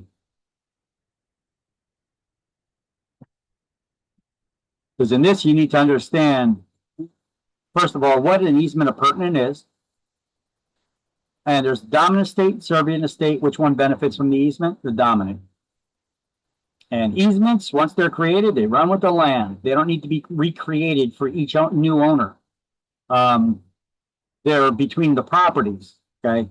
Once an easement was created, it runs with the land, passes from one owner to the next. The next owner will be able to cross over your property as well. If the one who's selling their property has an easement right as the dominant estate, then the next owner of it will inherit them. It runs with the land. And an easement in gross is a utility easement. Write that right next to the title, utility easement. And this is the only type of easement that if the need for the easement were to cease, the easement would cease to exist. That only applies to the utility easement, the easement in gross.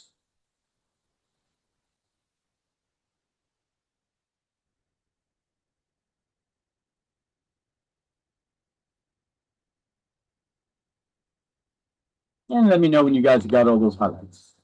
And writing utility easement next to easement in gross.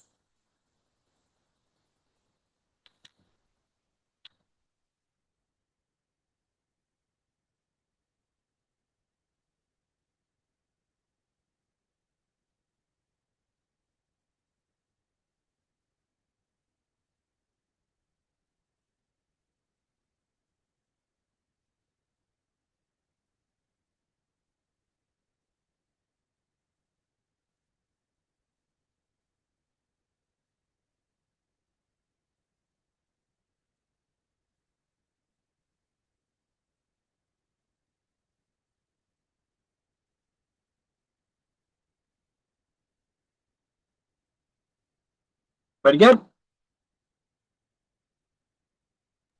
Yeah. Yes. Yep. So easements are either pertinent or in gross. And once again, an easement is a right acquired by one party to use the land of another for a specific purpose. And we're about to go over them in detail. We have an easement of pertinent, which we just went over. Easement by necessity. This is when it's necessary to cross over someone else's property to get to yours because your property is landlocked, surrounded by others. The only way to get to your property is crossing over other people's property. Easement by prescription. Easement in gross. That's a utility easement. We're going to go over party walls and their agreements, how they're created and terminated. So, an easement, once again, is a right acquired by one party to enter the land of another for a particular purpose. It's usually in writing and written into the deed itself or on a survey, and these rights cannot be taken away. Now, the definition of a license is similar to an easement. However, a license is not a right, it is permission. Permission can be taken. Your rights can't be taken from you. Like your driver's license, permission to drive, right? Can it be revoked? Sure can. You get arrested, your right to remain silent, can it be taken from you? No, you can give it up, but they can't take it from you. So just to show you, easements are rights and rights can't be taken from you once it's established you have them. A license is permission and permission can be revoked. So it's permission to enter the land of another for a specific purpose. And often this is verbal and it can be revoked at any time. Let me give you an example of a license. Hi, neighbor. Feel free to come over and use my pool anytime you like. Even if I'm not at home, you can come on over and hop in the pool, use it anytime you like. Now we get into an argument from whatever reason. I don't want you on my damn property no more. I just revoked your license. Okay, it's as simple as that. It's verbal. Yeah, I said you could use my pool. I granted you a license to enter my land for a specific purpose, to use the pool. We got into an argument. I said, I don't want you on my damn property no more. I just revoked that license. Simple as that. It's not even in writing, just verbal. Okay.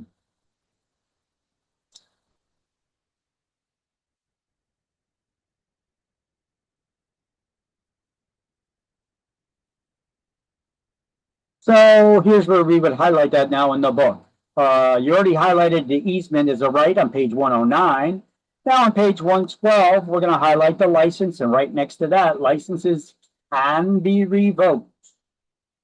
It is permission to enter the land of another And somebody gives you permission, they could take that permission away.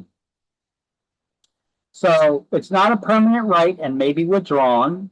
Some examples of a license include permission to park in a neighbor's driveway or permission to erect a billboard. Licenses may be written or they could be oral and revoked at any time.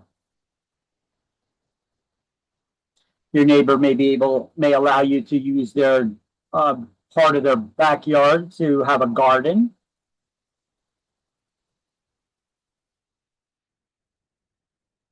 Come on over, use the pool anytime you like. These are licenses.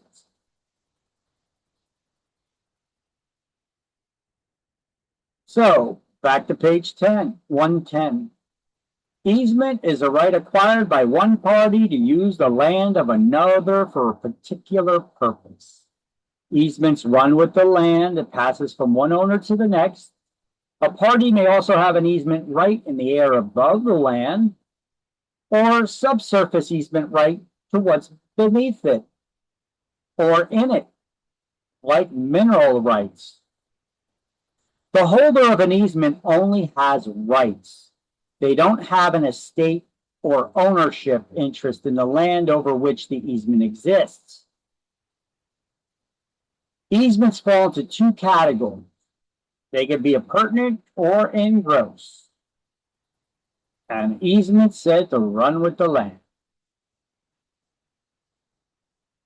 Here's an example using the picture in the book of an easement appurtenant. Lot owner B on the left, lot owner A on the right.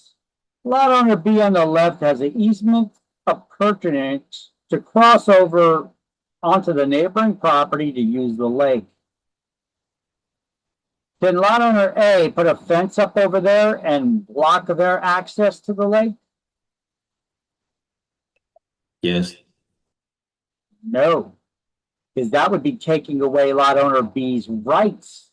An easement is a right, and they have a right to cross over onto their property to use the lake. This could have been established in the deed that conveyed them that property. So nobody can take your rights from you. You can give them up, but they can't take them. So lot owner A can't put up a fence here that blocks you. Now, if they put a gate there and the gate's not padlocked, you have access to just open the gate, that's fine, because they're not cutting off your access. But if they just put a fence there, no gate, or they padlock a gate, that's not good either, because they're essentially revoking your right, and they don't have the right to do that. Nobody can take your rights from you once it's been established you have them. Otherwise, they're violating your rights. Okay? So that's the easement appurtenant. And in this same picture, you can see easement engross is the public utility. These are power lines or telephone poles, whatever it is, crossing from one over multiple properties.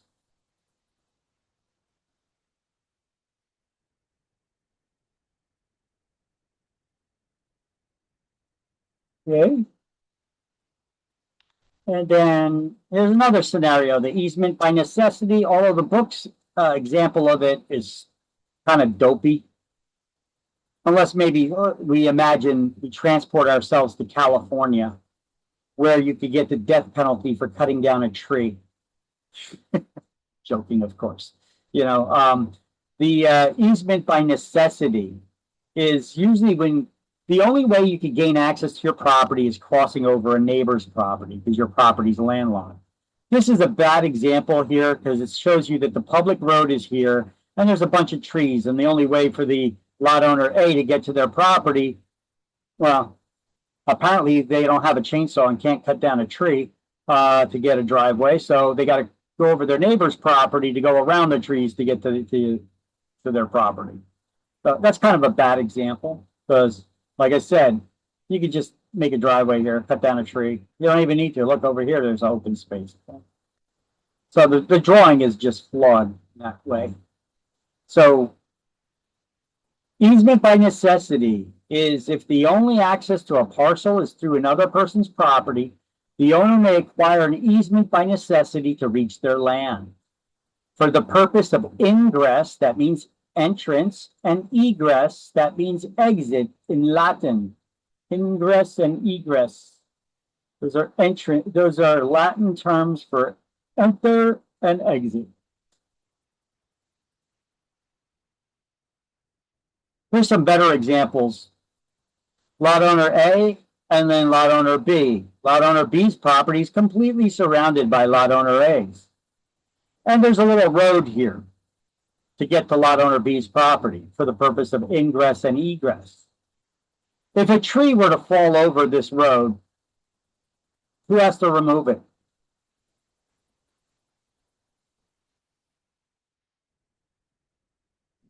A, because it's part of lot owner A's Property, correct. And they need to keep clear the access for lot owner B. Same thing, okay, what if it snows? Who's responsible for removal of the snow? A, because it's still their property. That's it, it's their property, they're responsible for it. Can lot owner B park their car in the road here?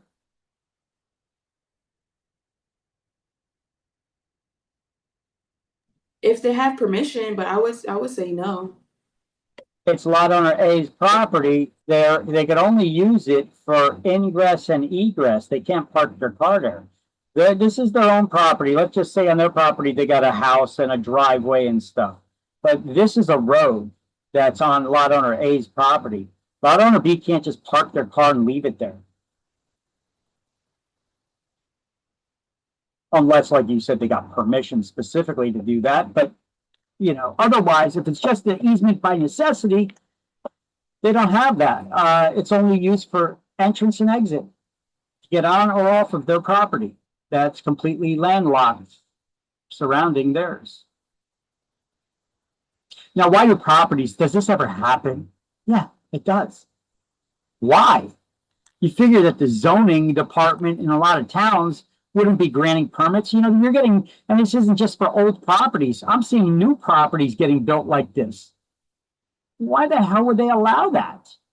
I don't know. You'd have to talk with those officials in that town. I don't know.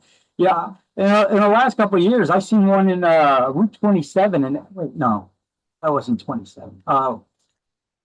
Is it Oak Tree or Old Post?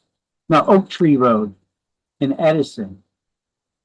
On the property next door to M3 Realty, there was a house, a big property like this, and there was a house that was set back. Okay. And they had a driveway over here, and the driveway went to that house. And then they have a huge front lawn right here. The city gave them permission to build a commercial property on their front lawn with a parking lot. But they don't have their own driveway. They got to use the shared driveway from the house, which breaks off to theirs as well. The wackiest thing. Why would they allow that? I don't know, but they did. So towns are still doing stuff like this. Bad ideas, bad designs. How about this? This is something that's common, especially in congested areas. Shared driveways, where two neighboring properties share the same driveway because they don't have enough room to have their own driveway between their house and the neighbor's property. So they put a driveway in partially on both properties. Neither owner can just park their car and leave it there because they'd be partially on the neighbor's property. They'd be blocking their access. So they could both use it, the driveway, to get to their back to their garage or their parking lot in their back of their house. Okay. Here's the property line in green. The blue is showing where the driveway is. Okay.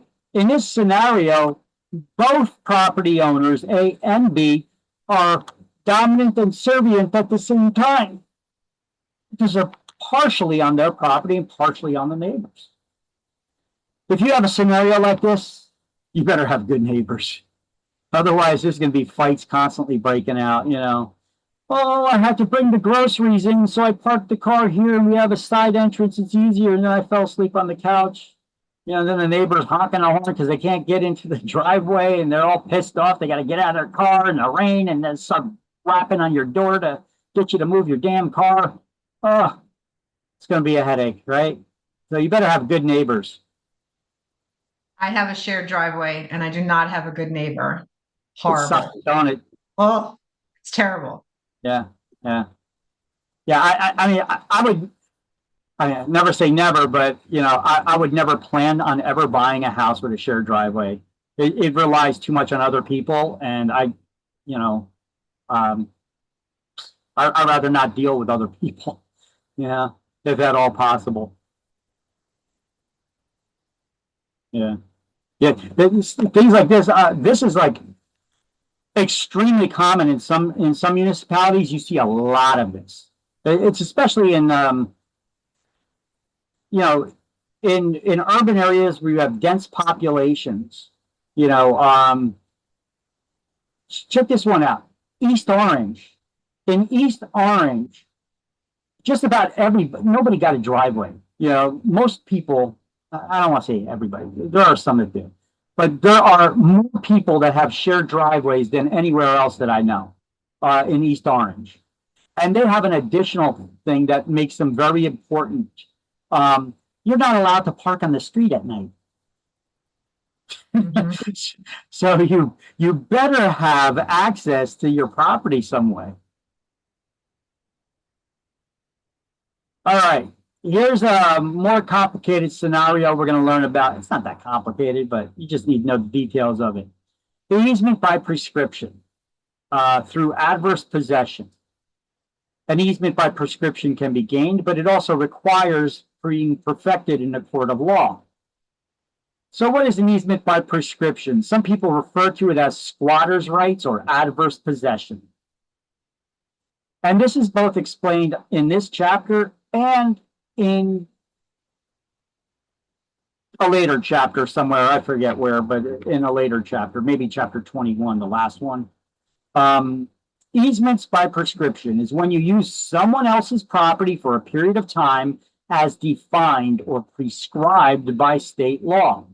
You could claim ownership of the property that's being used. Now, to perfect this easement by prescription, it requires a court action called a suit for adverse possession, or some people refer to it as a suit to quiet title, where the court will say who is the owner to claim the ownership of the land. Now, the use must be continuous, hostile, adverse to the owner's title, exclusive, and without the owner's approval. If the owner gave you permission to use their property, you cannot make an adverse possession claim. But if you've been using their property without their permission, and they're pissed off about it and they're grumbling about it, but they take no action to get you removed from the property. This allows you to move forward with your suits to try to claim ownership.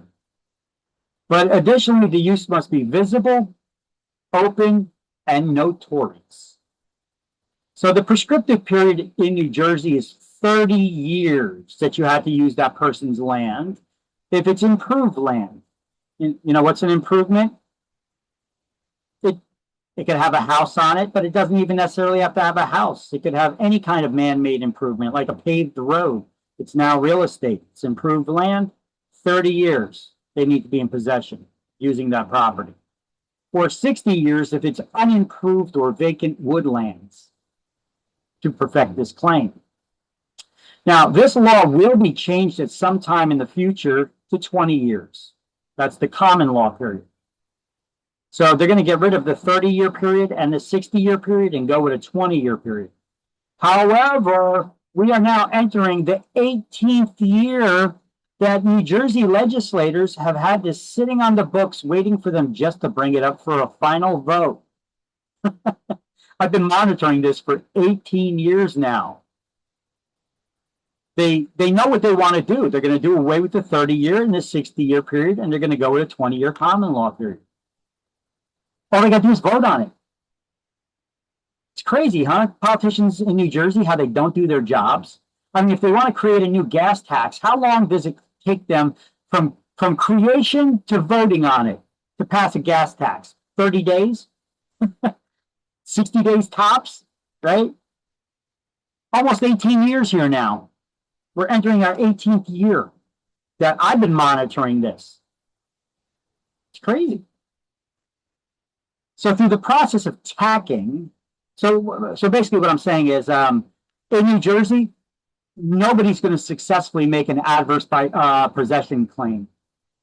They can't, because there's a conflict on the books. See, why are politicians needing to vote on this? Well, you guys ever hear of the term legislating from the bench? Legislating from the bench is when you get activist judges who basically create de facto laws where there is no law on the books, and they make a ruling on a case. What is a judge's job? Their job is to interpret the laws and then render judgments or decisions based on the established laws or precedents.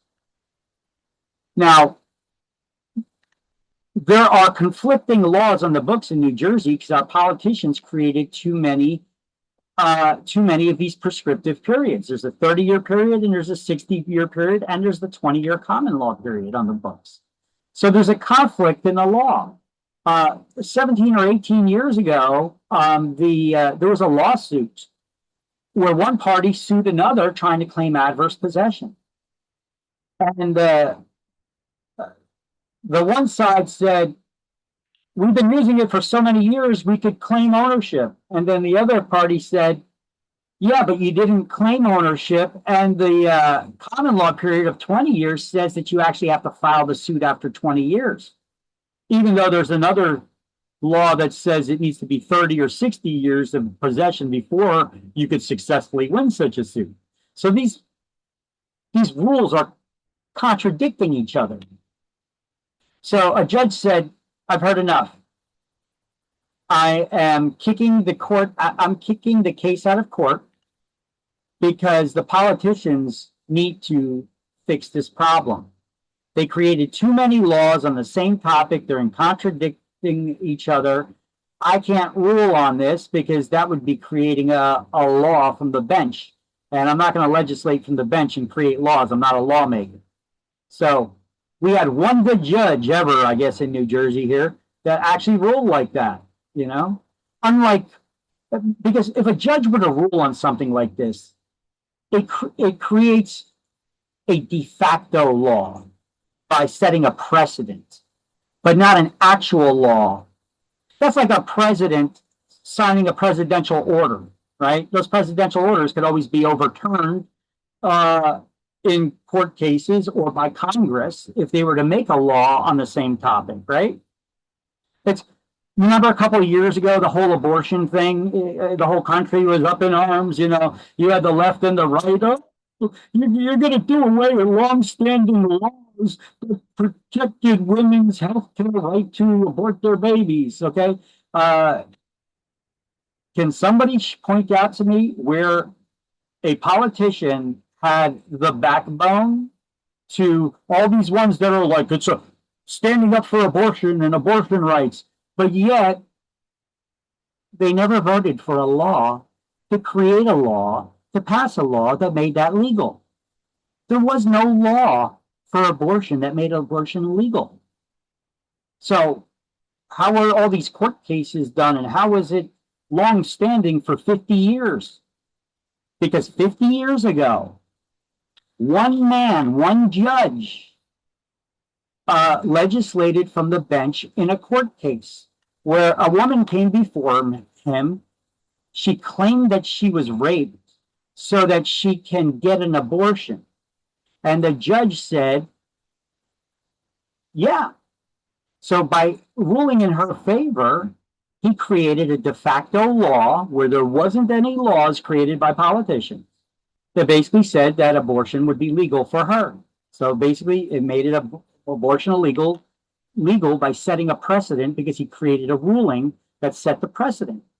And now the rest of the country believes that there was a law. There was no law. It was a judge that created a precedent, which was overturned when somebody 50 years later took it up to the Supreme Court, and the Supreme Court said, yeah, there was no laws pertaining to this. One judge made a decision, and it was even based on false information. Because as it turned out, that lady was never raped. So even that judge that passed the law making her abortion legal because she felt for her because she was raped, she wasn't even raped. So the Supreme Court overturned it, saying there is no law.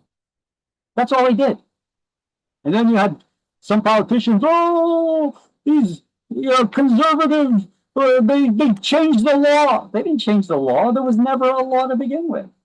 See, these are the problems that happen when judges render decisions. So this judge in New Jersey did not render a decision to create a de facto law. He did the right thing. He actually kicked it out. And then he said, the politicians need to fix their laws. They created too many laws covering the same topic, and so they need to fix it. And so they went through legislation. They actually wrote up a law to do away with the 30-year period and the 60-year period in favor of the 20-year common law. But they didn't vote on it yet. It's still sitting there on New Jersey's legislative docket to be voted on. You guys can look it up yourselves about adverse possession and easements by prescription. Okay, so I just told you guys this story so that you have an understanding of how laws are created and what's going on here with this particular one. So as of now, all these laws are still on the books, conflicting with each other. So nobody's going to win a case of adverse possession in New Jersey. So the exam questions that you guys are going to be taking, if there's an exam question that's asking about what the prescriptive periods are, you still need to be aware of the 30-year period for improved lands and 60 years for unimproved lands. Okay, now as far as 20 years, they're not going to give you any questions about that on exam. Only the 30-year and 60-year. But I'm making you aware that sometime in the future, they're going to do away with those two, and it's going to be 20 years whenever they get around to voting on it. Okay? That's what that whole story was about. No, it wasn't about abortion or anything. It was just to educate you guys about, current events to use as an example. Okay? Okay, so through the process of tacking, successors in interest, like a landlord and a tenant, an ancestor and an heir, a seller, a buyer, can add one person's time of possession to that of another, combining them to reach a prescriptive period. So if one person has been using your property for a period of time, but they didn't use it for the long enough prescribed period to successfully win a case in court, they could tack their time of usage onto someone else's to reach the prescriptive period. So that's what tacking is. Adding one person's time of usage onto another's, combining them to reach the prescriptive period to successfully win a case. Now, how could somebody prevent a squatter, an adverse possessor, from taking ownership of your property if you know that they've been using it against your permission for a long enough period of time already, but they have not filed the charges in court yet to make the claim? Well, an owner can stop it in its tracks by taking legal action against any adverse owner, adverse possessor, to get them removed from your property. You could cut off their access, put up a fence or something, cut off their continued use. This resets the time clock of how many years are needed. Or you could give them permission, send them a certified letter in the mail. Giving them permission to use the property for one day or till the end of the week or the end of the month. And by doing this, you reset the time clock to reach the prescriptive period again, which will give you more time then to get them removed from your property. And I got a note down here: an easement by prescription may not be claimed against publicly owned properties, publicly owned land. You could only do it against privately owned properties. You can't claim ownership of public property, public land, if you've been adversely possessing it. Okay? Everybody got those down, those rules? Yep. All right. So let's do the highlights now, page 111. And then it's actually on in chapter 20 and 373 as well, but we'll do that when we get to chapter 20. So right now, page 111, you just do those highlights, which are the same notes that I just showed you.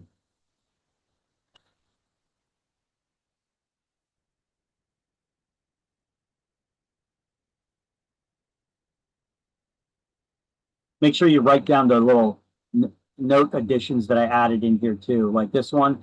An owner can halt the process by specifically granting permission for the use or by cutting off continuous use. You could add in there, or take legal action to get them removed. That's the third way.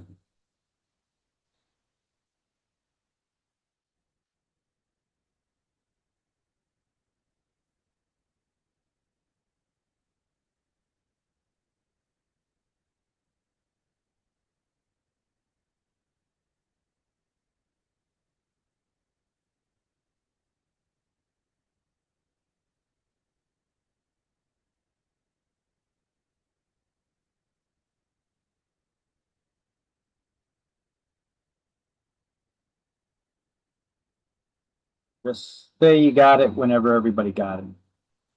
So I know.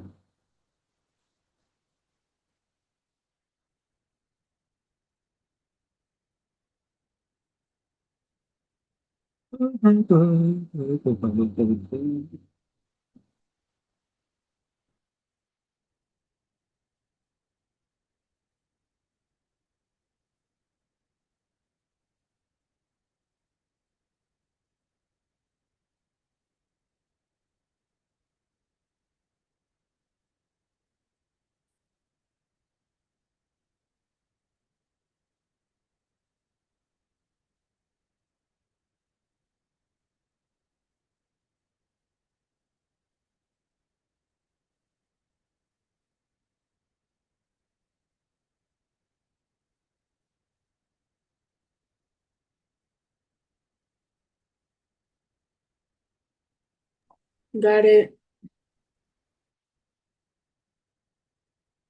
Anybody else still taking notes? I can't see most of you, even though you got your cameras on. Some of you do, anyway.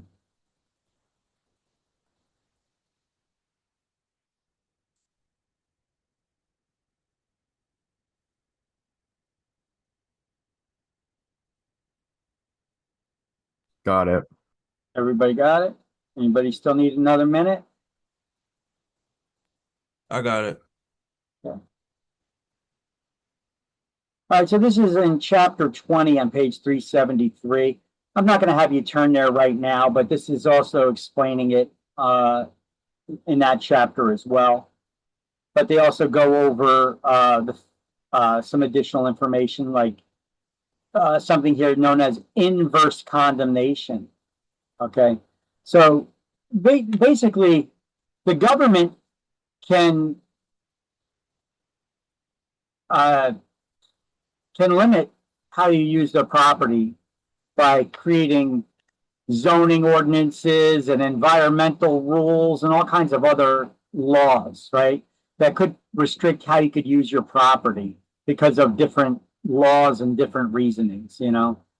So if they create so many laws that they basically render your property useless, because between the zoning laws and the environmental restrictions, because it's near a rare tree, or there's a rare owl that took up a breeding ground in my tree, or there's a endangered tadpole or turtle on the property that would prevent you from doing construction on it. If they put so many of these rules in place that it basically renders your property unusable, you can sue the government, forcing them to pay you for the loss of value of your property due to all of their restrictions that they've imposed on you. It's called inverse condemnation. You don't need to know that for exams, but you could see how that could be a helpful useful knowledge if you ever come across somebody who's experiencing that, by letting them know, hey, that's inverse condemnation. You could actually sue the government. You could sue your municipality. You could sue the EPA. You could sue whoever it is to get reimbursed for the loss of value for not being able to use your own property there. You know, and they'll have to pay you, but you have to prove it that you have, that they've restricted you to that point, okay? Which shouldn't be hard to do. I actually had a case, or not a case. I had a student in class one time. I told him about this, but I told him I didn't want to be involved either. He's like, what do I do? He's like, the guy was taking a broker class with me. And he was like, what do I do, man? This guy, he won't stop calling me, the developer. He's like, you know, he owns this property and he bought this property, but he borrowed money from people you don't want to owe money to. And then he's like rubbing his nose. That's like a indication you borrowed the money from the mob. You know, and he's like, and you know, he don't know what to do. I was like, well, what's the problem? This was around the time Obama was president, and he passed, like, he gave the EPA these additional wide sweeping powers to control, to give them additional powers and control that they previously did not have. Okay. There was a slew of lawsuits that came about because of that. But in particular, this guy in my class, he was the real estate agent for this owner investor that was developing all of these homes. And you got to submit your plans to get approved to the municipality. After you get those plans approved, you should record them in the public record. So now, even if they call a moratorium, you could still go through with your plans. The moratorium is a halt to further development in the area. So they actually called a moratorium as the EPA was implementing all kinds of new rules that basically would not allow him to develop on half of that property that he bought. It had something to do with trees and waterways or something. I forget what the details of it were. But the guy wouldn't be able to develop on half the land. So that means he wouldn't be able to get the money to pay back what he borrowed, let alone earn a profit on it. And he's like, this guy keeps calling me. He's telling me he wants to kill himself and everything. And I was like, listen, I don't want to be involved in this. I was like, first thing you should ask, whose responsibility was it to, you got the approvals, whose responsibility is it to record it in the public records? You should have recorded those approvals for your plans for the development. I don't know. I was like, well, usually it's the attorney. If it was somebody else's, that's something you could bring up, and then they should have errors and omissions insurance or something that would maybe cover this. I don't know. You got to consult with an attorney about that. I was like, I just don't want to be involved just because of the mob element there. But also, you could also look into inverse condemnation. You know, if they put all these additional, rules in place because they're environmental, this could affect. And this affects how much of his property he could build on, and his plans and the loans he already took, although good luck proving those loans. That's why it's like, I don't want to be involved in this, but you could claim something called inverse condemnation. As you can see, that could be helpful in some cases, if you didn't borrow the money from the mob anyway. All right. When the government takes property from you, it's done by eminent domain if it's needed for a greater public good. You can't claim adverse possession to take ownership of your neighbor's property unless you've been using it against their permission for a period of time. I told you, you cannot claim adverse possession against publicly owned property. I actually had this problem once in Piscataway. Here's a house, and it was a corner lot. At least it looked like it was a corner lot because there was a big grassy area just past their house. It looked like it was theirs. The owners of the property told me, actually, no, this is our property, and this corner area that they have been cutting the grass on for years and years because the city don't. And they had a volleyball net set up over there, made it look like it was theirs even more. They said, that's actually the city's property, the city-owned lot. I was like, oh, okay. So I had to take the drawing of this property from the tax records that showed the map of the property. And I had to point out and put that in the listing that the corner is actually a separate lot owned by the city and not part of the land. So that any potential buyers don't go in there trying to buy the property thinking that all this is theirs and they could build on it, maybe put another house on it or shed or something. Yeah. Now, so they can't claim ownership of it. However, they could go to the city and ask for a public grant. That's when the government gives property to an individual. Okay, that's called public grants. The public is granting the ownership of this lot to them. And then you could build a story, hey, if you give it to me, I don't want to buy it, you could give it to me, and then that'll be additional taxes you could charge me for it, because my property would be bigger now, you know, it's a benefit for the city. Otherwise, I'm going to stop cutting the grass and let it grow tall, and then I'll be suing the city, and then you guys need to get out there and start cutting the grass that I've been cutting for years. Anyway, that's what public grant is, and that you cannot claim the ownership. All right, now here's a parcel of land. I use this as an example of one property I know that this actually happened to in Linden, right on Wood Avenue, or right off of Wood Avenue.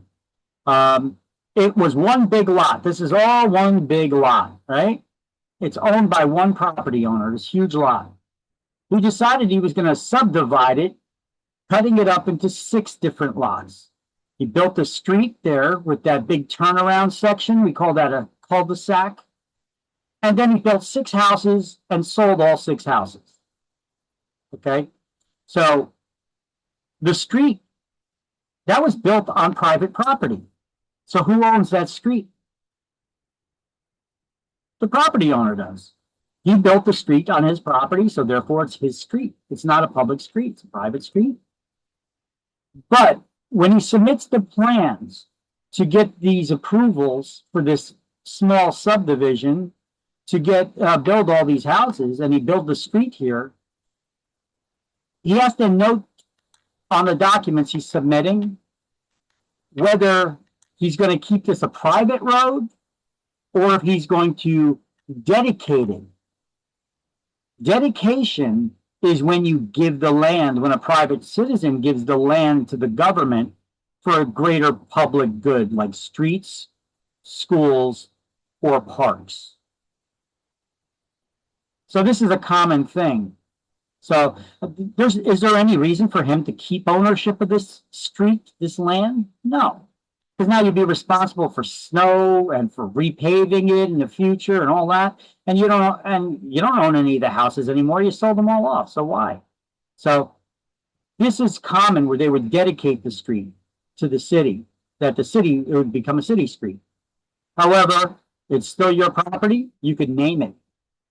So this is often where the person can name a street, their own street.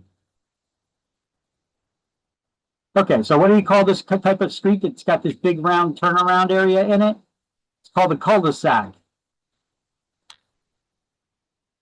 What do you call it when you give land to the government for a greater public good, like streets, schools, and parks? Dedication.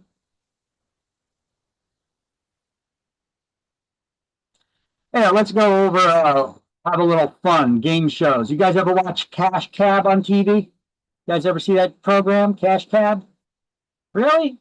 I saw Laura shaking her head there. I see you on camera.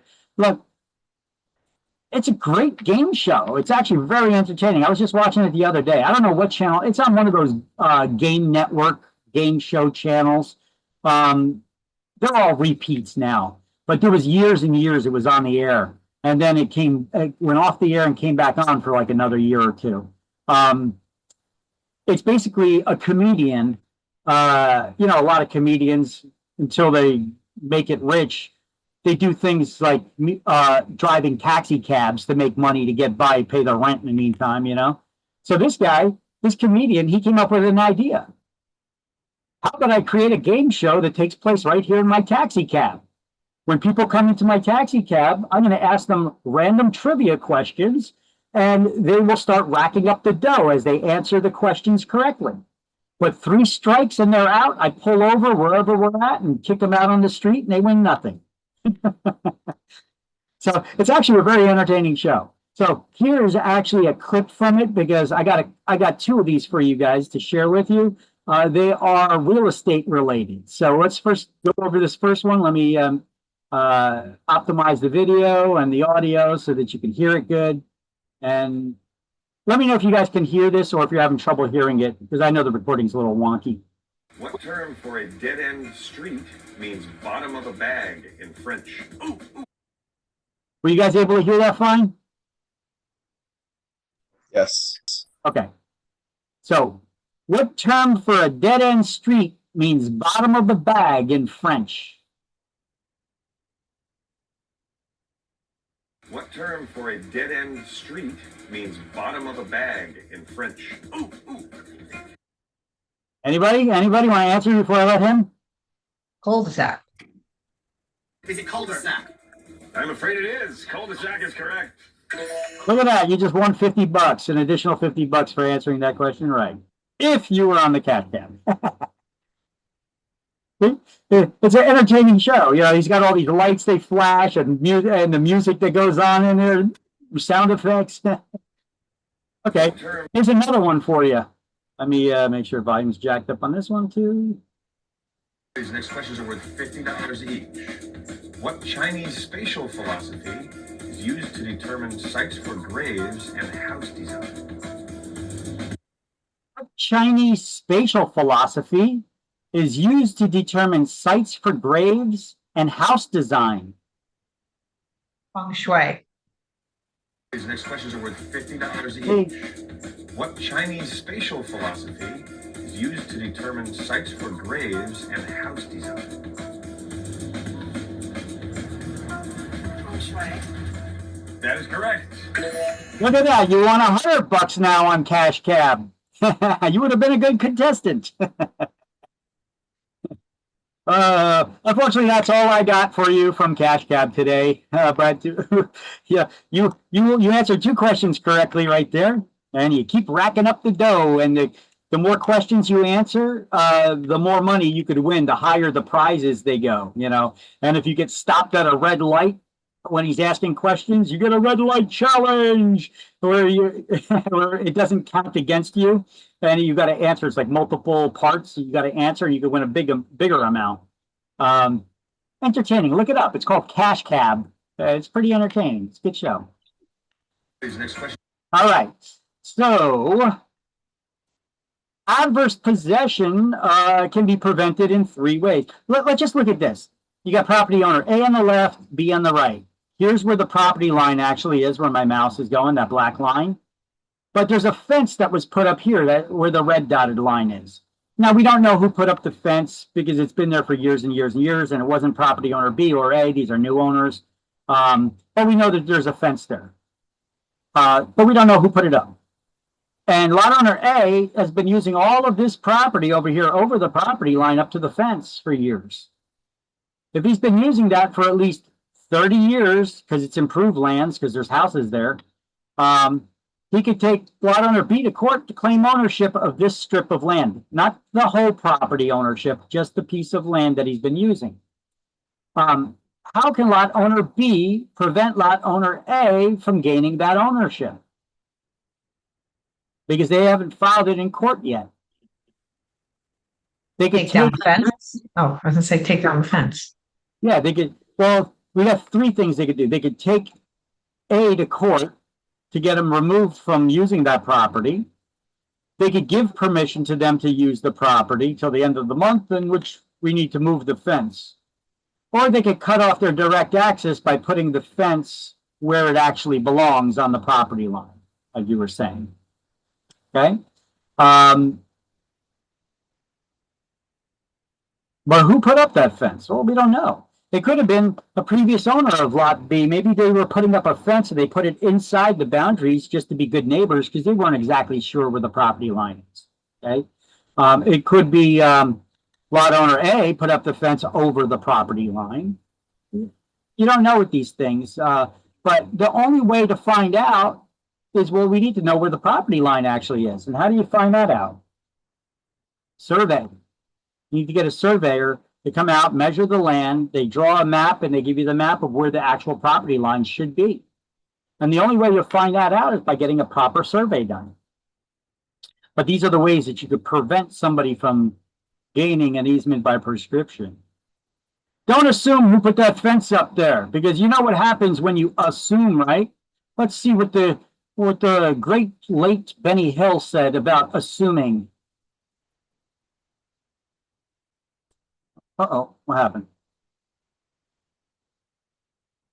Oh, volume's down for some reason. There we go. You must never assume, because when you assume, you make an ass out of you and me.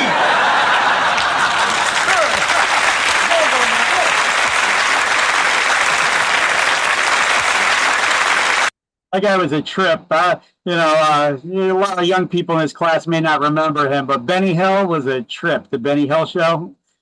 Look him up online. Watch some of his old videos. They're still funny as hell. The old guy in that program, for those of you that remember Benny Hill, the old guy on the program, he always used to tap on the head and kick in the ass. That was actually his real father in real life.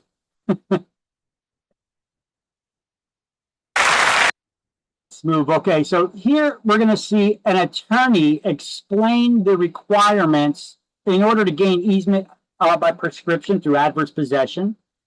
She explains to you from the attorney's perspective that if she was going to sue somebody, what are the requirements to successfully sue somebody? And then why do an adverse possession suit?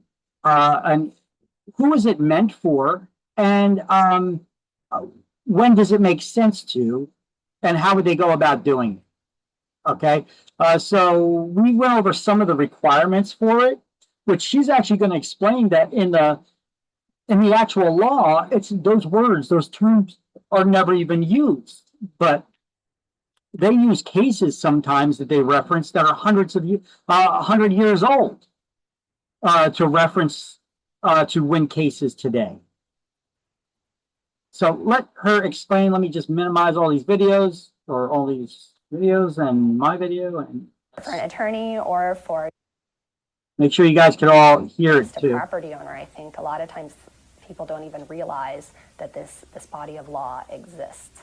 Maybe when you own your first home or you get your first survey, you start to realize how important boundaries can be. My name is Jessica Shrestha. I'm an attorney at Wheeler, Van Sickle, and Anderson. That's here in Madison, Wisconsin. The concept of adverse possession is that, well, first you start, everyone has a deed to their property. There's a legal description, there's a boundary, whether it's a lot or something else, specific distances, and that's your boundary. But as everyone knows, it's hard to figure out where those are, and a lot of times actual occupation on the ground doesn't necessarily match the real boundary lines. Sometimes it's a matter of a few inches, but sometimes it gets to be, we're talking feet, acres, a whole 40-acre parcel sometimes. And it turns out that if you occupy and use an area of property for long enough and treat it as your own property, the doctrine of adverse possession makes that your property by law. It's more complicated exactly how that applies, but that's the basic concept. Over time, property can become yours even if you don't have a deed that describes it. Adverse possession comes up most often for a typical property owner with a fence. That's really the classic example, and that has been for as long as we've had, real property and the law of adverse possession. Someone will construct a fence, and even if they get a survey to tell them exactly where the property line is, they might construct their fence a foot inside their property. They want to make sure they can stay on the other side, for example, or a foot on the other side. Sometimes it's a greater distance. And over time, they forget. Or maybe they didn't know where the exact boundary was in the first place, and that fence might become the boundary by operation of adverse possession. Same thing goes with lines of trees and hedges. or even people might place a shed on a neighbor's property. And that's in a city lot. The same thing, though, can happen with pasturing cattle or with fences for cropland. When a client or a potential new client comes to me and they think they have a boundary dispute or maybe an adverse possession situation, to start, I think the easiest way to think about it is you have to ask the basic questions: the who, what, when, where, why, and how. The who is really important. Who are the parties involved? And with adverse possession, it's not going to just be the current property owner necessarily. Do you have a governmental entity? Who owned that property 20 years ago? The what sort of property is involved? Is it hunting property, a city lot? Those are important things to know about property and deciding if you have adverse possession. When? Are we talking 20 years of adverse possession? Was it occupied between 1930, 1950? What time period? Where? How much property is involved? What is the actual boundary line that's in dispute? And why? There's a recent case, again, Wilcox versus the state of Hines, that told us it is important why you were possessing the property. Did you intend to possess it? Was it with the permission of the true owner? Did you think it was your property? And then very importantly, how? What were your acts of possession that constitute adverse possession? When I have all of that information, I sit down and I think, does this equal adverse possession? I compare it to the case law. And then I start to think about possible defenses and different related doctrines maybe that could come into play, such as the doctrine of acquiescence or easements. Attorneys should know that the statute isn't going to answer their question in most cases. You need to look at the entire body of law that has developed over time. The adverse possession statutes actually codify the common law, and so there are different elements even in the cases than ours are listed even in the statute. So the elements of adverse possession are continuous, exclusive, open and notorious, and hostile possession, whereas there is no reference of most of those terms in the statutes themselves. Attorneys also need to know that you shouldn't just look at either the first case or even the last case. It's been a long and complex doctrine that has evolved over time, and a good place to start is probably the latest case, but there are plenty of cases from over 100 years ago that I still reference and that are still relevant good law that you will need to be aware of. Part of why I wrote my article is sometimes it's really hard to find a good summary of adverse possession law.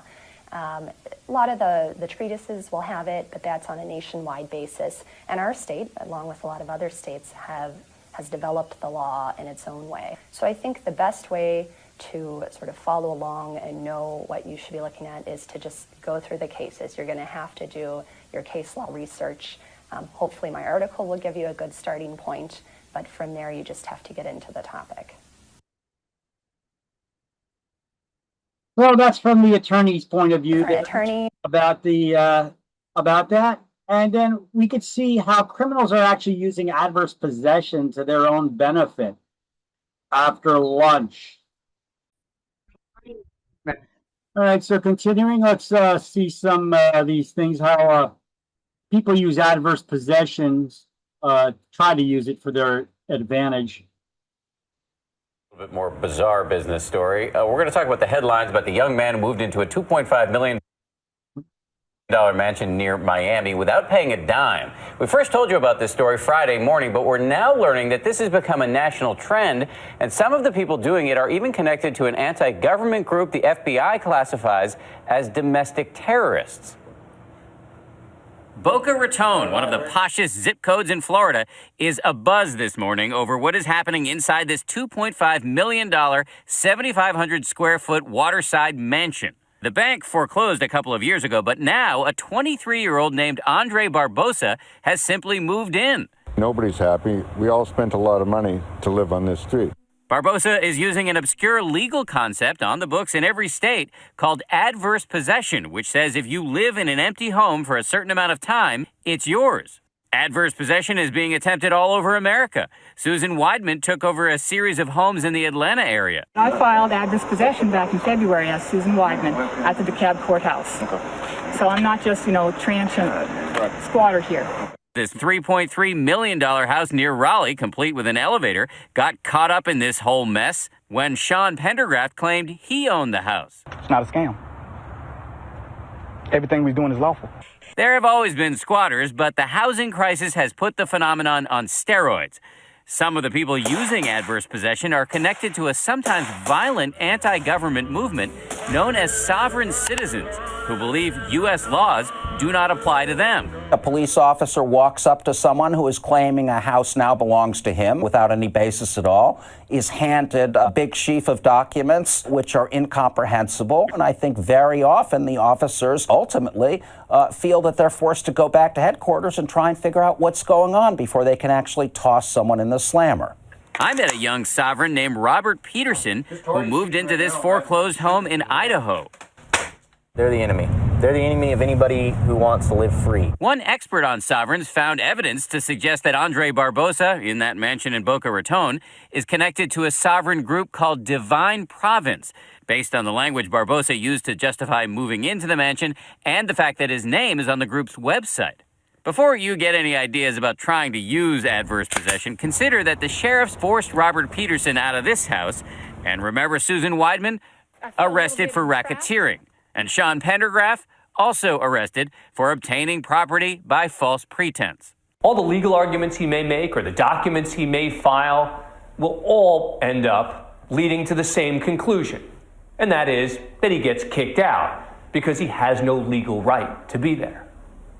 As for Andre Barbosa, he may be running out of time in that mansion in Boca. Bank of America has now filed a claim in court claiming it is the rightful owner of the home. It's so crazy that they're arguing that the law's on their side. They are, and they're kind of 1/3 right. Fascinating story. All right. Yeah, a little knowledge. Stress on the little part can be a dangerous thing. A little bit more. Here's another example. Now a warning about the risks more and more people are taking to get a house for next to nothing. It's an obscure law some hope to cash in on, but often land in jail instead. Our Chris Trankman joins us live in Polk County to explain more on this. Chris? Well, the sheriff says some people never learn. This is the house in question. It's valued at $160,000. It's in foreclosure, and both deputies and residents here are baffled why a couple thought by breaking in, turning on the power, water, and cable, they would have the right to own the house without paying for it.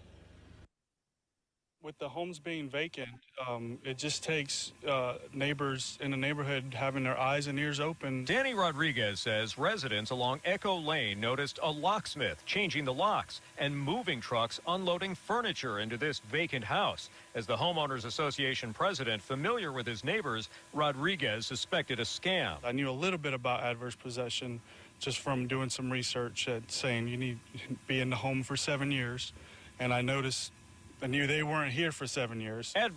That's in Florida. Different states, the time of possession to claim adverse possession can be different. In New Jersey, 30 years for improved lands, 60 for vacant, unimproved lands, or it's going to be that 20-year common law later on. But over here is Florida, it's 7 years. Adverse possession is a Florida law from the 1800s that applies to unoccupied farmland. The property appraiser alerted sheriff's deputies about Sherry Fields and her husband after they filed for the obscure law. They were charged with burglary and grand theft. Meanwhile, Sherry Fields is a teacher at Fort Meade High School. Come on, girl. You know, you got a college education. You should know better than that.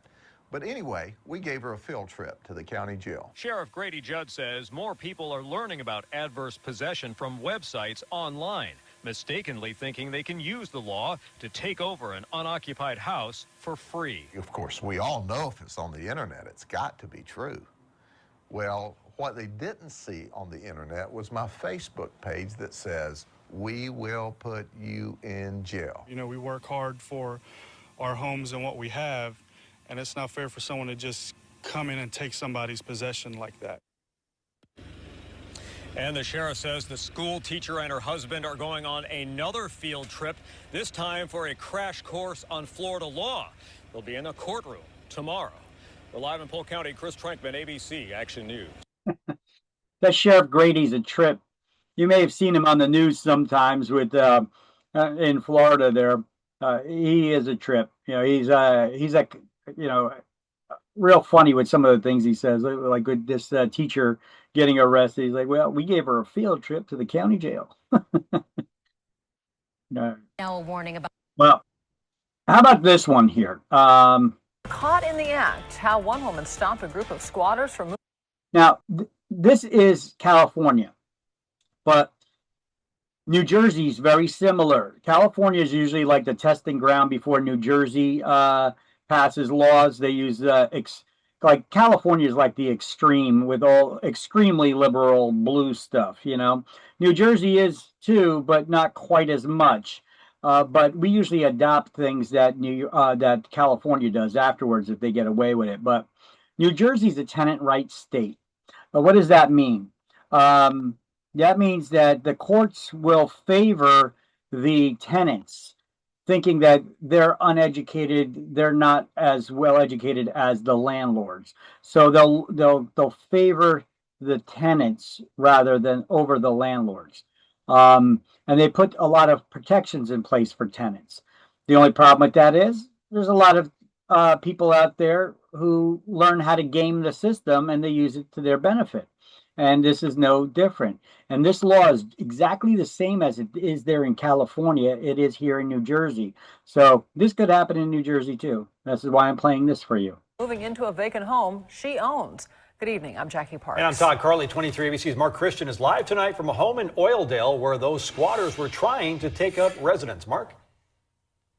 Well, guys, if you think if someone is living in a home illegally, it'd be a simple case to get them out. Well, squatters move under the radar to try to move in very fast, and in some cases even changing the lock so they can move in before the owner finds out. I saw like about 20 people at my property trying to move in as fast as they could. After her previous tenant moved out, the home had only been vacant for 10 days. Unfortunately, some of these squatters have gotten pretty sophisticated. Rena Chanty was getting her home ready to put it up for rent when a neighbor called to tell her someone was trying to move in. The squatters were moving in a refrigerator, a washer and dryer. Basically everything a house needs. They were even putting up their decoration pieces, and they had changed the locks. They go and change the locks and stuff. So they break into the house, they change the locks, they start moving their stuff in. If they could get in there, then they could claim that they're living there and they have an agreement, and then you'd have to try to evict them. Deputies arrived, the squatters were still in the process of moving in. Though not commenting on this specific case, Ray Pruitt with the Sheriff Department says squatters can take refuge under the California tenant law and have even been known to falsify rental agreements. Once they're in that property, in some cases it's very hard to get them out of that property without legally evicting them. In cases like this, law enforcement's hands are tied because if the squatter presents what appears to be a legal agreement, it comes down to he said, she said. Sometimes we can't determine if the squatter's in the home legally or not. They know the system and they know how to play the system. Fortunately for Chandy, the squatters did not get that far and could not provide any documents to law enforcement. At that moment, the cops told me it was my word against their word, and I had to prove that I owned the property, which I had the paperwork on me. So right now, Chandy is checking her house daily until she can officially get it rented. In the meantime, she's asking her neighbors to keep a watchful eye until that place gets rented. Back to you, Jackie. That's crazy, huh? People just try to move into your house and take it over and then claim that it's theirs, or that they have a legal lease with the owner. And you're like, I'm the owner. I didn't sign any leases with you. Trying to get them out. You can look up on YouTube, find plenty of videos of this stuff where property owners are trying to get squatters out, and you can't get them out. The cops actually chase you away as the property owner, telling you they're going to arrest you for harassing them because they claim to be a tenant. And the only way to get them out is take them to court now, and that could take a while. In the meantime, they may be destroying your property, stripping it out, or doing whatever to it. But I've also seen some counters to this where some people got pretty aggressive and pretty good with it. What they did is then they broke in on the tenants and they said, you know what, I'm going to live in here too. And they say, I'm a tenant. You know, they play the same game. And sometimes you got to be aggressive like that, which it is insane that you're getting people to doing that. I mean, look, we even seen that this became so popular and you started seeing these videos all the time online. You even started seeing it on national media, national news. Was it last year or the year before, where you had that one illegal alien where he was talking to people how this country's so great. You could just break into somebody's house if it's vacant and claim that it's yours, and you could take it over and it's your house. And then he said that he was doing that, putting videos online saying that he's breaking into houses just to take them and claim that it's his, knowing full right that he didn't. So they ended up catching him and getting rid of him. But, there's a lot of people that do this. I've disputed with YouTube. There are lessons, people teaching how you can become a landlord without putting any money down. Simply breaking into people's houses and changing their locks and then renting them out to tenants as you file your paperwork to claim adverse possession. Do not do that. You will go to jail. Okay. I've complained to YouTube, and I told them these are people encouraging others how to break the law. And YouTube's response, I don't know why their response like that is always to me is they did not violate the terms of service. I thought violating the terms of service is doing illegal activities or encouraging others to. But they leave these videos up there in spite of them being direct illegal, promotions. But anyway, let's take a look. That's the attitude that this guy got. He's an attorney. He's like, well, the law helps those who help themselves. That's a shit attitude to have. Basically encouraging people to break the law.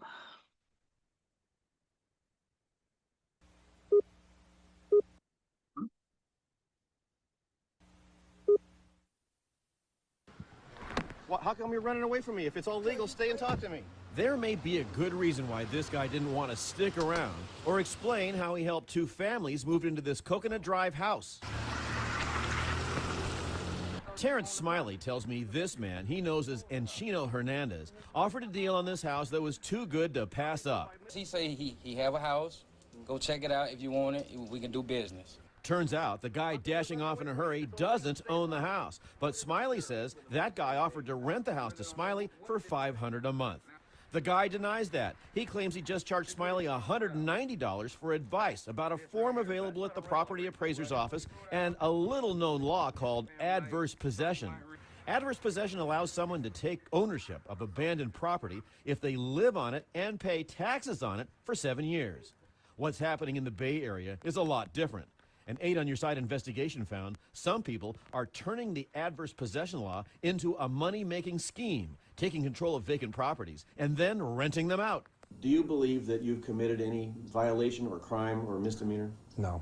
That's what Steve Bible told me more than 3 years ago. He moved 31 families into homes he didn't own, filed adverse possession papers, and collected monthly rent. He's now in prison, serving 5 years for fraud. The Hillsborough County property appraiser tells me there's been an explosion of adverse possession forms coming through his office in the past few months. So we set out to find out who's filing this stuff. We visited house after house after house, all of them listed on adverse possession forms we obtained from the appraiser. Most are vacant. But at this townhome, Alice Fugate had a big surprise after she signed a lease with the real homeowner. We had squatters in here the day before we moved in. These new renters found other people's stuff inside. And 2 doors down at another home on the adverse possession list, we found a cable TV installer waiting to do his job. They can stay there if nobody kicks them out. Stetson law professor Daryl Wilson says adverse possession is a technically legal way to take over abandoned property if the right steps are followed. You would think that the person who owns the property would come and police their property. The law helps those who help themselves. Where we draw the line is breaking into somebody's home. But the Hillsborough Sheriff's Office takes a hard line on adverse possession. It belongs to somebody, so stay out of it. If you go inside of it, you break inside of it, we're going to arrest you for burglary and theft. So you the landlord here? No, I'm not. Then why'd you rent it to these guys? I didn't rent it. They went down to the courthouse and did that. This guy tells me he doesn't charge people like Terrence Smiley rent. They just pay him for his adverse possession expertise. He later agreed to talk to me, but the phone number he gave... The mobile number you have called is no longer in service. These tenants could end up in the cold. Detective McKinnon says the sheriff's office typically gives renters in adverse possession cases 30 days to move out. Innocent families, it's just bull crap, man. Really bull crap. You work hard for your money. In this case, and so many others, adverse possession adversely affects people's lives. Peter Bernard, News Channel 8. Well, you can't be so ignorant either to believe that $500 you could rent out somebody's house for $500 either for a whole house. That's kind of ridiculous too. Now check this one out. Let's look at boundary line disputes on properties. Another one in Florida. I guess it's kind of like the Wild West, but look, this is an interesting case here of several things that happen, and that when municipalities do things wrong, and there's a real estate agent in this case who injects herself into the issue because she lives across the street. She took this listing that most real estate agents wouldn't bother taking, they would reject. And she gets all bent out of shape because the property owner who bought one of the parcels here is trying to protect his property rights until an agreement can be made with the other property owner. And because they wouldn't talk to him, they wouldn't negotiate, and the realtor, she had it property listed, she wasn't able to do her sale. Now all of a sudden she's got a problem with him, and she's fighting him when he tries to get a variance to build a house on a smaller lot than normally allowed. Let's see what happened here. This is a wild story. New from Orlando, there are big questions tonight about what is going to happen to this house in Wadeview Park now that a boundary dispute has reached a whole new level. Check out this new fence. It splits a pool in two. Channel 9 Shannon Butler is live there in downtown Orlando. It's just south of downtown. And Shannon, this fence has neighbors scratching their heads and wondering what will happen next here. Yeah, if you walk down this street here in Wadeview Park, it looks normal, right? There's a house on this lot. There's no house on this lot. But if you look behind the bushes here, you can see the guy without a house has put a fence on the guy with a house, making it clear where the property lines stand. Now everybody is asking, what's this guy do now? Well, he has the right to. If they built the house and it goes through his property, he has a right to put up a fence where his property line is. Otherwise, in Florida, it's 7 years. In other places, it's longer. They could claim adverse possession and gain ownership of his property. And so he doesn't have a house on this property, so he's trying to get a permit to build a house. They said, well, your lot's too small to build a house on it. So he filed for a variance. That's what we call a permit to vary from the current zoning laws to allow him to build a house on a smaller lot than normally allowed. And the city should have done it because the city kind of screwed up here by granting them the permit to build this house, even though it was on over a property line. But when it was built, the property owner owned both lots. So the city allowed them to build a house that crossed over the property line. But then it was foreclosed on and sold at auction to two separate owners, the different lots. And this is where the problem was created. This home along Harding Street sat vacant for years, all because of a boundary dispute. The MLS listing says, quote, the pool and the garage are partially on the adjacent parcel and not included in this sale. Huh? It's such a mess that realtors don't even want to touch it. This realtor posting about it saying, quote, my job as a realtor is to help people buy and sell properties. Sometimes my job is to help people not to buy. So the house was just sold at an auction, and now what was a dispute has been taken one step further. The owner of this lot seemed to have put up a fence right through the pool of the other guy's lot, splitting the garage and that pool in half. That's where we stand now. We have a brand new owner of this house, and this is how they choose to make their statement to the new owner. Lisa Sconyers is a realtor and has lived across from the two properties. That sounds like sour grapes right there. She's the agent that's trying to sell it. So she's like, oh, that's how he welcomes him to the neighborhood. Well, he doesn't have a house on his lot, and she's complaining that he won't allow him to sell his house over here by putting the fence through it. Well, he's protecting his property rights. That's what he's doing. For years, the history is long and sordid, but the easiest way to explain it is that both lots were owned by the same person, a house on each. He then sold them to the new owner, who then cleared the lots to build one big house. But that owner went into foreclosure and the lots were sold to two different people. So now this house is over the property line of the other lot. In the end, Sconyers says this could have all been avoided. The city of Orlando didn't permit this the right way. What they should have made these people do is they should have made them replat the property into 2 separate properties. They never did that. Now, we have reached out to both sides and the city. We're still waiting to hear back. Now, when it comes to this property here, this property owner is trying to get a petition. He's gone around to the neighbors, asking the neighbors to give him an exception to back it up because this lot isn't big enough for a house, to allow a house to be built there. Now, so when you try to file for a variance permit, one of the steps is even if the city grants you a variance, it'll be conditional on you have to send out a notice to everybody that lives within 300 feet of it. And as long as nobody complains, then they'll grant the variance. But so he's trying to do that. But that realtor across the street, she's trying to make a stink about it, I guess, because she wasn't able to sell this house here. That's why she sounded so bitter. Now the neighbors are saying, I don't know if I can back you on that because you asked us to do that before you did this. And this problem still isn't solved. We're live in Orlando. Shannon Butler, Channel 9 Eyewitness News. Oh, real estate, that business. No 2 transactions are alike, and this one is kind of unique, right? I mean, I've come across hundreds of different interesting ones, but I'm not going to play them all here because that'll waste too much of your time. But one is enough, just to see how boundary line disputes. I had one between a farmer and the municipality, where the municipality built something on the farmer's lot, a building.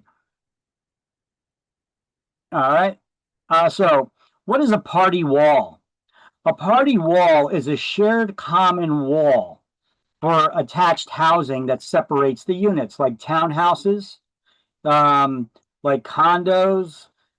That wall that separates 2 adjoining units in shared housing complexes like that, or it could be even a duplex, 2-family house side by side, units side by side. That wall separating the 2 units is known as a party wall. Okay. Party walls were used throughout history for a long time to separate property boundaries. You put up the fence was made of stone or what have you. Okay. That was called a party wall. But now we build houses that are separated only by a common wall. That's a party wall. Okay. There'll usually be some sort of party wall agreement in place that each party is responsible for maintaining their side of the wall. Because if they don't, the wall comes crumbling down and nobody has a wall, right? So what is a party wall? It's a wall of a building that straddles the boundary lines between 2 owners' lots. It separates the 2 properties.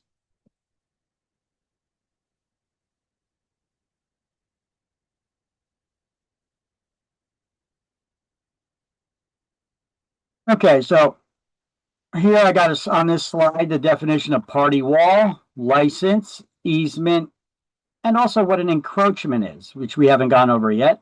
An encroachment, it has the word roach in it. And much like a roach, it's something you don't want on your property. So, but what is an encroachment? It's anything that crosses over the property line, like part of a building, fence, driveway, or any other installation that illegally extends beyond the land of its owner onto the neighboring property. So much like a roach, it's got the word roach in it, encroachment. It's something you don't want on your property. Your neighbor builds the shed over the property line, or a garage, or puts the fence over the property line. It's encroaching into your territory. It's illegally extending onto the neighbor's property. That's an encroachment. Okay.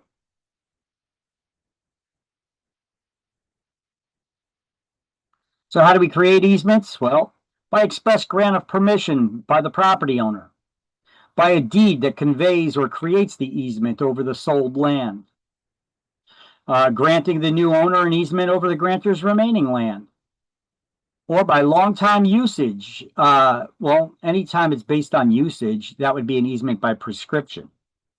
By necessity for the purpose of ingress and egress for landlocked properties, or by easement in gross.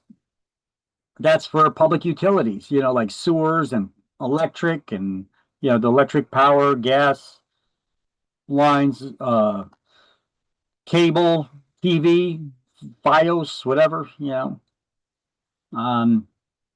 Now, they could ask the owner for permission or just take the land if needed for a greater public good with just compensation paid to the owner. And they take it through eminent domain. But often, utility companies, they don't need to do any of that. They could just use your property. The first 6 feet of your property, utility companies have an easement right in it. That's why your municipality can come and plant a tree right in front of your house, or they could pave a sidewalk there. That first 6 feet of property, they have an easement right to. They could put that little grassy strip, the curb, a little grassy strip, and then a 4-foot wide sidewalk.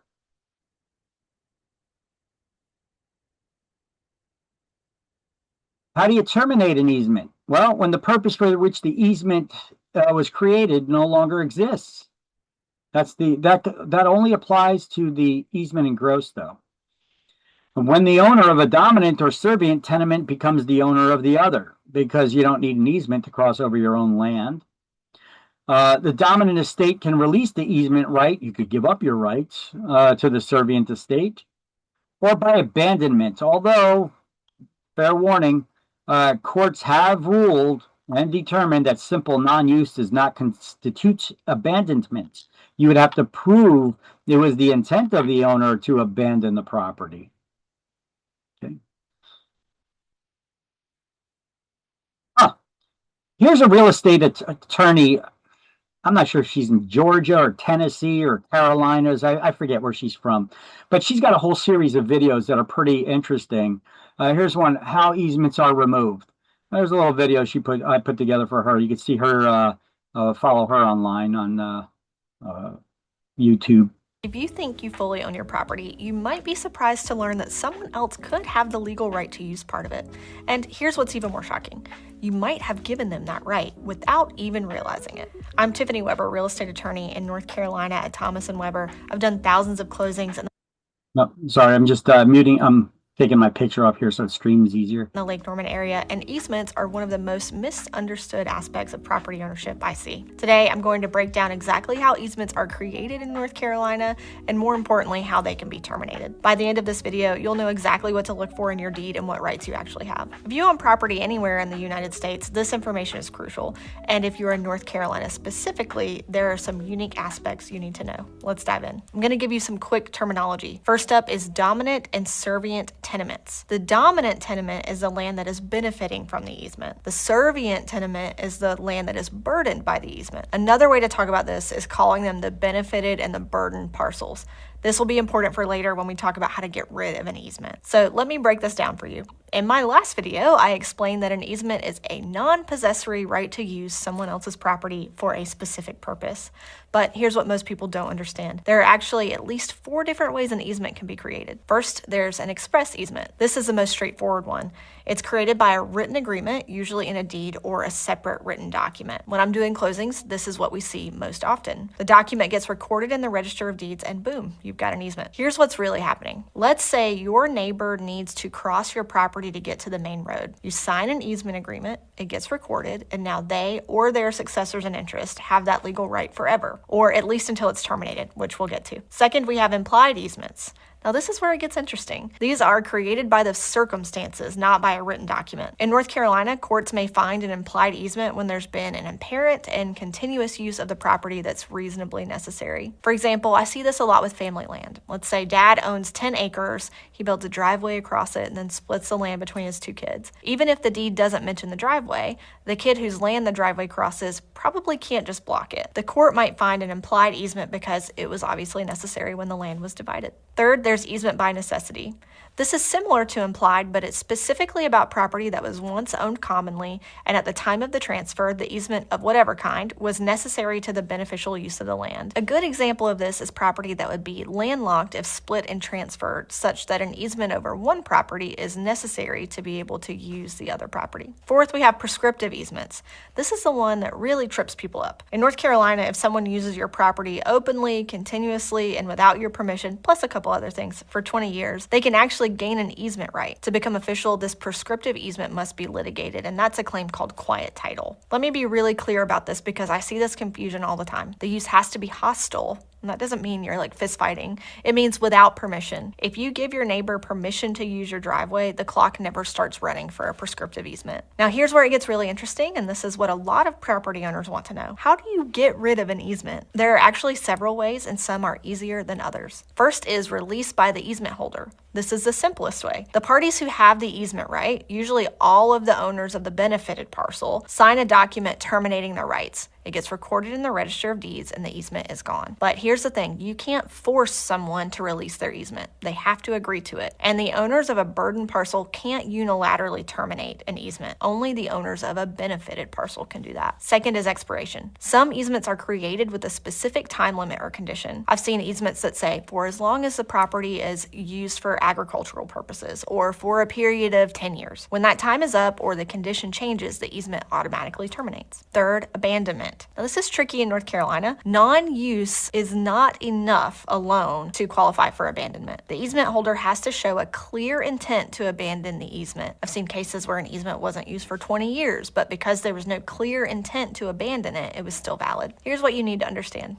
North Carolina courts require clear and convincing evidence of intent to abandon. Simply not using the easement isn't enough. There needs to be some affirmative act showing they're giving it up. Fourth is merger. And that's pretty much everywhere, not just North Carolina courts.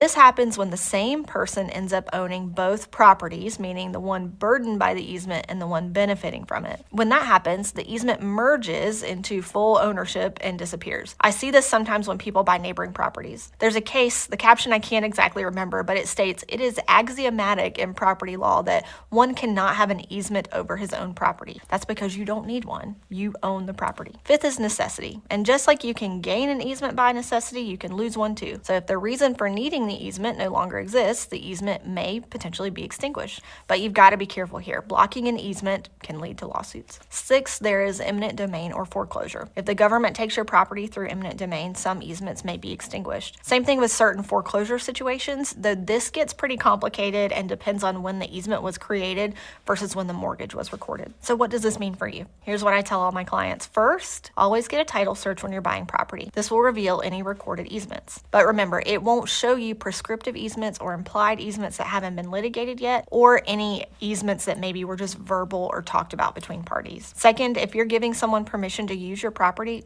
get a lawyer, put it in writing, and make it clear whether you are giving revocable permission or an easement. I can't stress this enough. Informal arrangements can turn into legal nightmares. Third, if you have an easement you don't want anymore, don't just assume it'll go away. Take action. Whether that's negotiating a release or determining if the easement has been abandoned, you need to be proactive. You may not be successful, but you certainly won't get anywhere just sitting and hoping. Let's recap what we covered. Easements can be created at least 4 ways: express, implied, necessity, and prescription. They can be terminated through release, expiration, abandonment, merger, necessity, eminent domain, or foreclosure. In North Carolina, prescriptive easements require 20 years of hostile use among other elements, and always put easements in writing to avoid creating a legal mess for yourself later. The bottom line is this: easements are powerful property rights. They can significantly affect your property value and use. But wait, there's one critical thing about easements I haven't told you yet. What happens when your neighbor's easement is damaging your property value by thousands of dollars, or when you discover an easement on your property that nobody told you about? I covered exactly this in my last video about easements, including the one type of easement that can completely destroy your property rights without you even knowing it exists.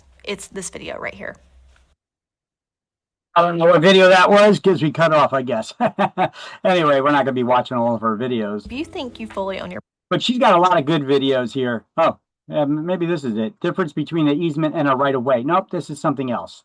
Okay, so the easement and a right-of-way. You're reviewing the title search to your property and you keep seeing these terms, easement, right-of-way, and you're wondering, aren't they just the same thing? Not exactly. Today we're going to dive into that. I'm Tiffany Weber. I'm a real estate attorney, and since 2020, we've done almost 10,000 closings in our office. So we've seen plenty of easements, plenty of rights-of-way, and we will break them down for you today. I know it's super confusing when you hear the term easement and right-of-way used interchangeably. And here is a simple way to remember the difference. Maybe not that simple, but All rights of way are easements, but not all easements are rights of way. A really simple explanation of this is an easement is general. That is the right of someone else to use your property, sometimes for a specific purpose, sometimes for a specific length of time.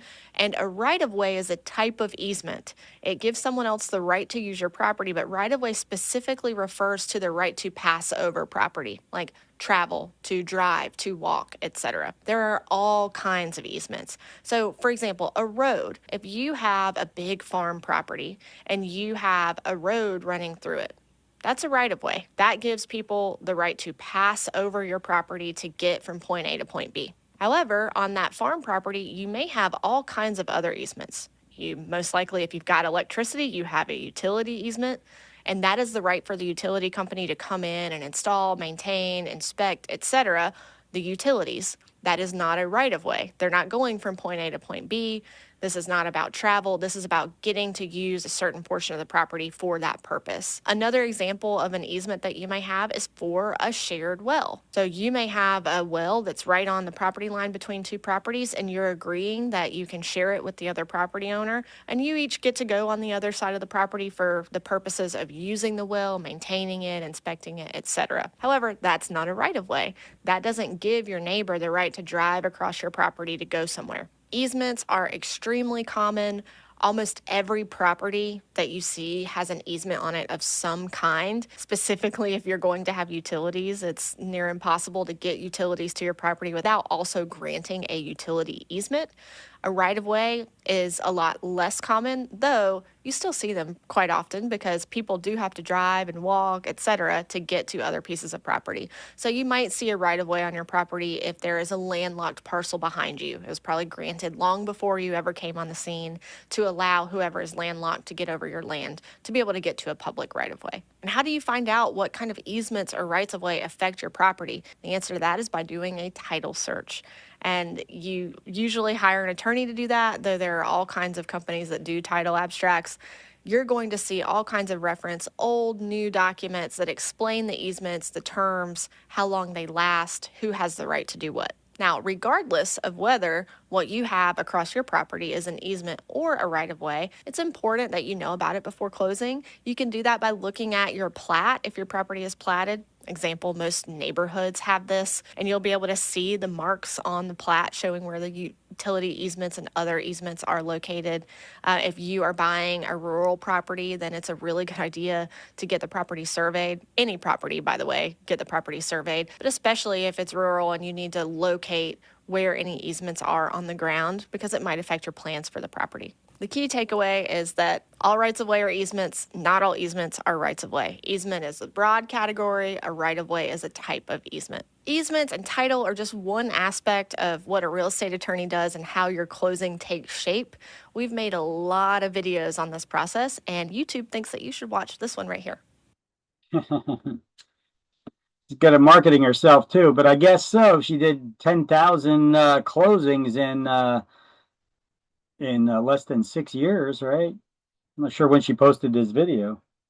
You're reviewing the All right, 4 red flags for easements for home buyers that they should never ignore.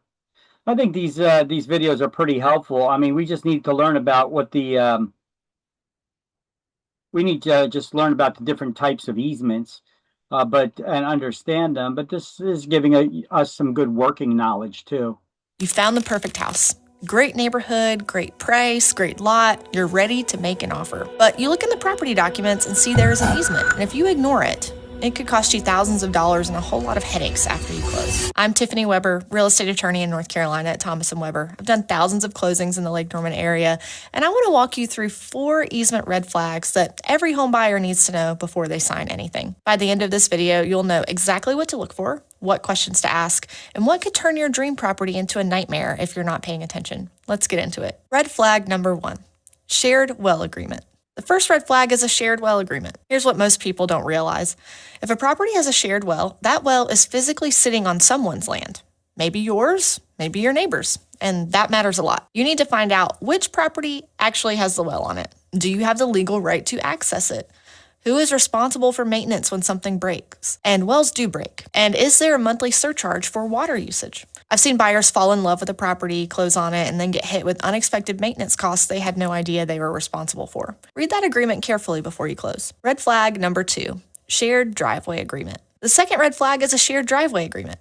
This one trips people up because they see a nice long driveway and assume it's all theirs.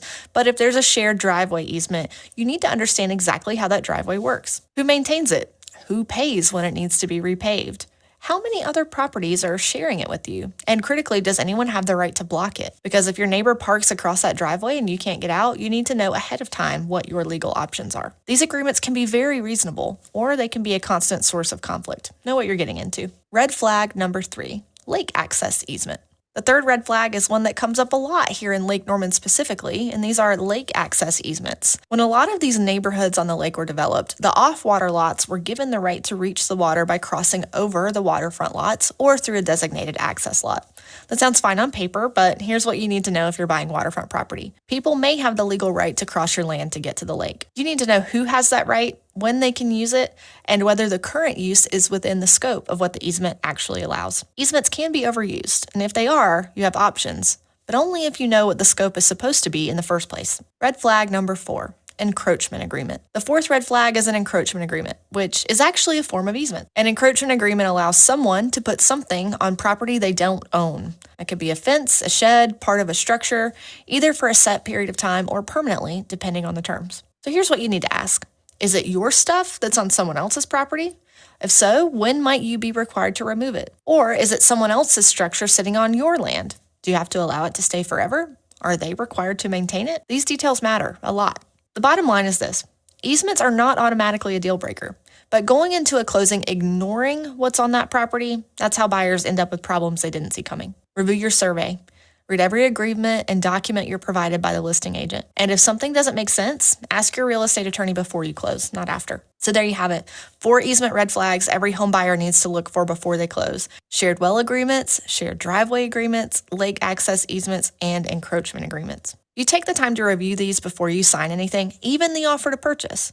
You're going to walk into that closing with confidence, knowing exactly what you own, what you're responsible for, and what rights other people have on your property. That's the difference between a smooth closing and a very expensive surprise. And if you want to go even deeper on easements, how they're actually created, how they can be removed, and what your options are if one is being misused, go watch this video right here. It covers everything you need to know. Thank you so much for watching. You found the perfect house. All right. Enough of those videos. Now let's finish up and wrap up this chapter here. Licenses, we already got this. Now's the time for us to highlight it here on page 112. Or we passed it already? No. So license is permission to enter the land of another for a particular purpose.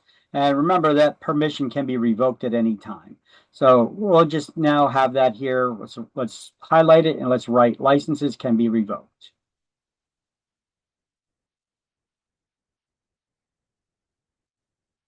Or has everybody already got that? Okay. Yes. Yeah, we have it. And you got the encroachment already highlighted too on page 112? No, give me 1 second. Okie doke.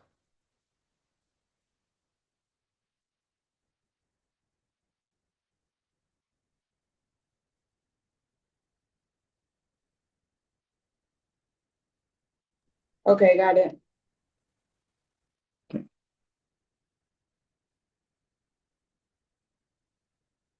So you got to be careful about the possibility of encroachments turning into an easement by prescription. If somebody builds something and it crosses over your property line, encroaching onto your property, they did that without your permission. And if it's there for a long enough period of time, they can file suits of adverse possession to claim ownership of it. And deed restrictions, these are restrictions placed in deeds by private parties, not by governments. But these deed restrictions placed in deeds, they're called restrictive covenants. A covenant is a legal promise, so these are restrictive legal promises placed in deeds by private parties. So it's a restrictive legal promise you agree to when you purchase the property that had then been added to the deed.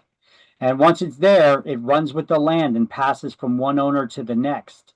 unless there was a sunset clause in there that says that it goes away after a period of time or on the happening of a certain event. Restrictions are placed in deeds by private parties, not by governments. Government has their own powers on how they could restrict the use of your property. Restrictive clauses added to deeds when the property is conveyed. They establish the seller, they're established by the seller to restrict future owners' use of the property in some way. These are more common in commercial properties, but you could definitely see them in residential properties as well. They run with the land, like I said, and these restrictions last forever unless there's a sunset clause that it'll go away after a certain period of time or happening of a certain event. Usually courts will not remove them. That would be extremely rare for the courts to go against the property owner's wishes after they come to an agreement with the buyer of a property. So some future purchaser wanting to remove it, it's unlikely that a court will grant them that wish. And this type of deed is based on a restriction, which would be a fee determinable, defeasible fee, or conditional fee. That's the same. That's one type of deed right there. It goes by three names: fee determinable, defeasible fee, or conditional fee. These are estates and land that are based on a restriction. So highlight that in your book on page 112. Next to deed restrictions, write restrictive covenants. Highlight that. And you can either reference it or actually write down the types of estates and land that are based on restrictions. So ownership forever, but based on a restriction. Fee determinable also goes by the name of defeasible fee or conditional fee. As long as that condition is not violated, you remain the owner forever. So these won't be surprises to you. You'll see them when you're buying the property. If an owner wants to create one, they have to let you know before you get under contract with them. They can't pop it up last minute. Oh, by the way, I forgot. I'm going to put a restriction in the deed on how you could use the property. No, we're already under a contract. I didn't agree to such things, and I would have to agree to that. So if you're already under contract and the seller insists on adding a restriction in the deed, they would be in breach of contract, and you don't have to accept it. But if that restriction's already in the deed, or it was mentioned that they're going to be adding it before you got under contract, well, it's up to you to agree to it. But if it was already in deeds that were passed along, the owner can only pass along whatever rights that they have. And if they already have restrictions built into them, well, it is what it is. Nobody can make changes to that. Okay, so you got to make up your mind when you're purchasing that property. Do you want to buy a property that has these restrictions in it or not? And that concludes this chapter. So let's do the key terms to review for this chapter. Okay, so chapter 6. There are 2 key terms to review. Let's make some changes to them first before we get it done. Key terms 1, letter A. At the end of the line, cross out the word indefinitely and write forever or a lifetime. It's not necessarily indefinitely. It could be forever, which is indefinitely, but it could also be for a lifetime. Go down to letter E as in Edward. And at the end of the line, write based on a restriction. It says ownership as long as.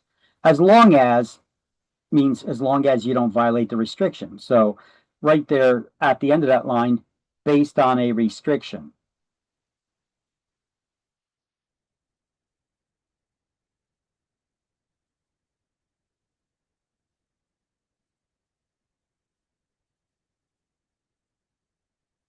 And then we'll have one more at letter F right below it.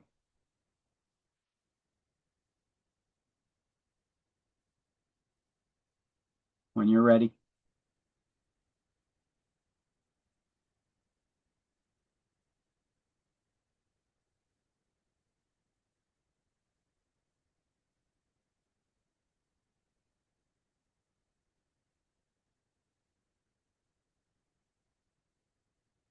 Okay.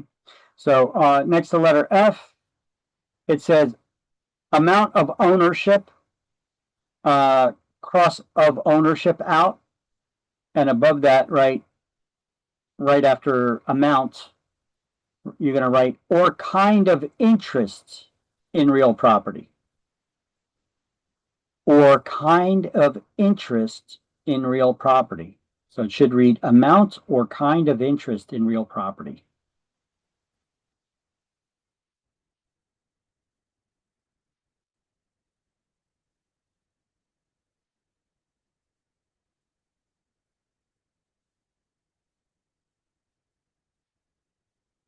Okay, and then after that, we'll go to key terms to review 2. And there's a couple small modifications to make here. Next, the letter D in key terms to review 2, where it says lien, cross out the word lien and write legal action.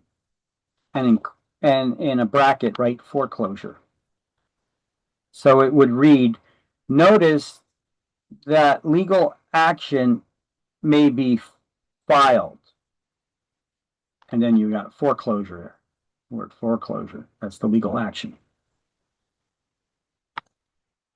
So you're just crossing out the word lien and writing legal action and then foreclosure in a bracket. And then when you're done with that, go down to letter J, where it says third party who will gain eventual ownership, cross out the word will and write may. May.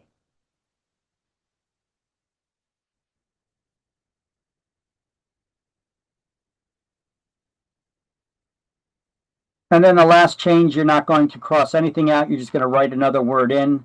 It should be at the front of the line, but there's no room there. So just write it slightly above letter L. Says future interest of an owner. Write the word possible. Possible future interest of an owner.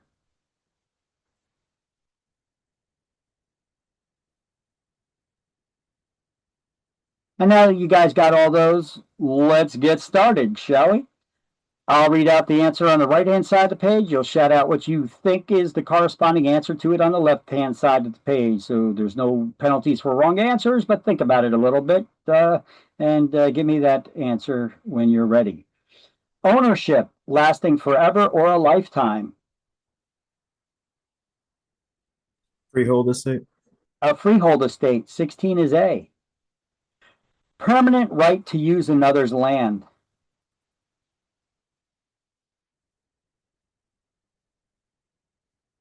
A permanent right to use another's land. Estate and land? Easement. Easement. Yes. Easement.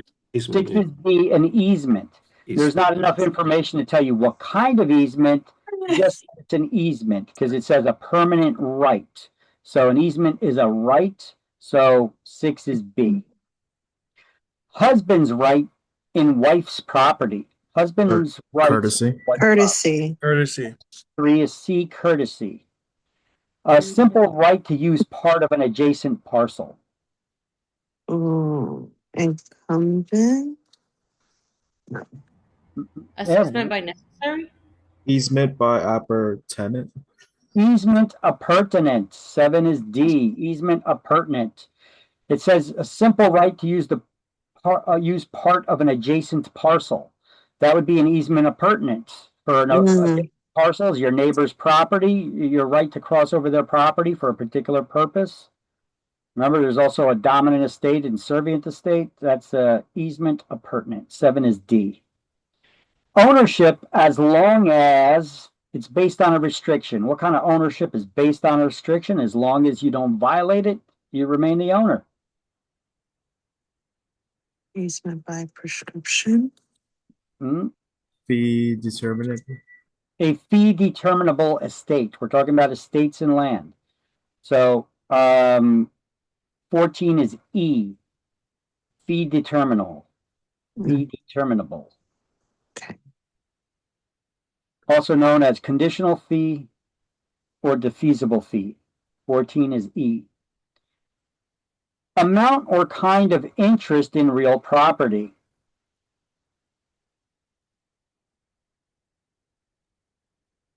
Estate and land.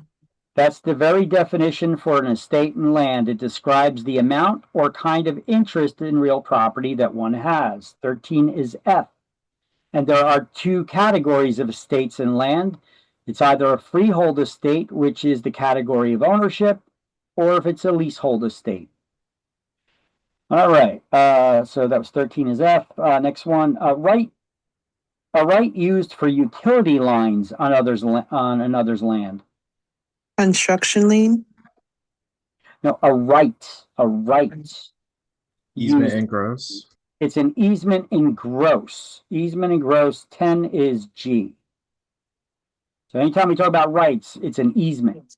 So 10 is G. Could you participate?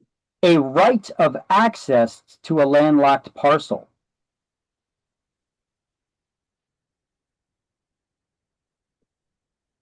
A right of access to landlocked parcel. Right, is an Easement in necessity. Easement by necessity. It's necessary for you to cross over someone else's land to get to yours. That's an easement by necessity. 8 is H. A wife's right in the husband's property. Tower. Dower. 5 is I. A right sometimes acquired through usage. Usage is a hint there. What kind of right do you get through usage? Easement by prescription. 9 is J, the easement by prescription. Correct. Transfer by sale or gift. Be simple. Transfer. Yeah, it's just another word for transfer, pretty much. Okay. Like, to convey. To convey. 2 is K. Correct. Property that benefits from an easement. What is it known as? Dominant estate. The dominant estate. 4 is L. The most complete ownership of land possible. It's unrestricted ownership forever. Be simple. Fee simple or fee simple absolute would be the correct answer. 15 is M.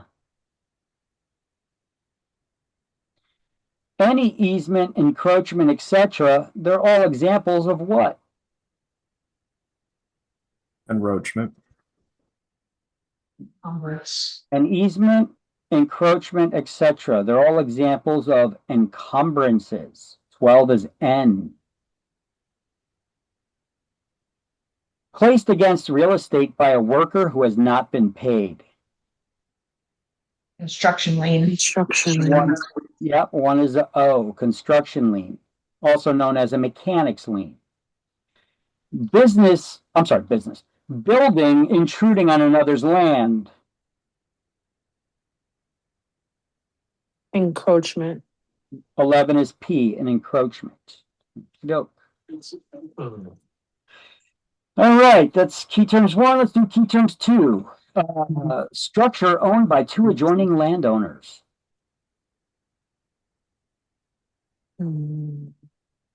Party wall. A party wall. 9 is A. Claim against all property someone owns.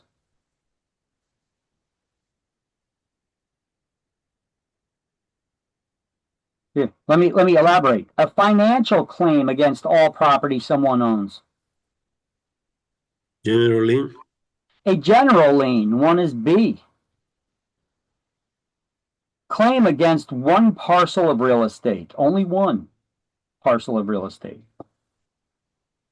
Specific lien. A specific lien. 14 is C. Notice that a legal action may be filed. That legal action being foreclosure. Lispendens. A lispendens. 7 is D. Lender's claim against real estate. A lender's claim. Mortgage lien. A mortgage lien. 8 is E, as in Edward. Temporary permission.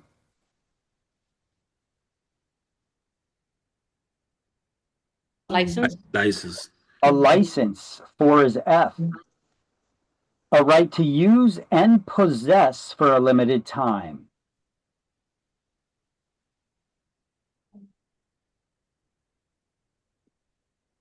A right to use and possess. Is this leasehold estate? A leasehold estate. 3 is G. Property taxes are one example.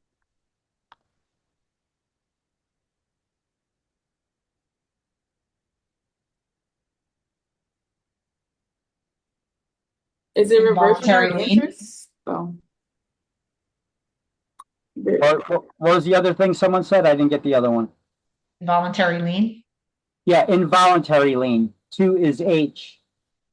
So 2 is H, and that would be property taxes are 1. Who wants to pay property taxes? But we all still have to pay them, so they're involuntary liens.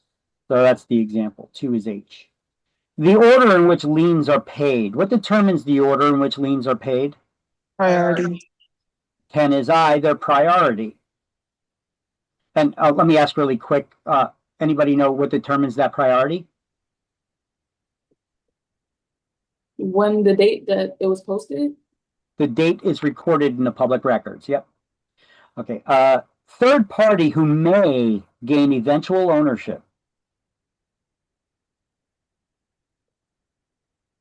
Remanderman? A remainder man, a remainder man. 11 is J.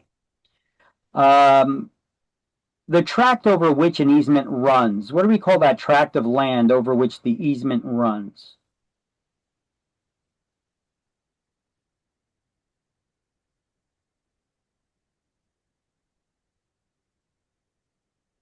Ooh. The one whose property is being walked over and used. Servient estate?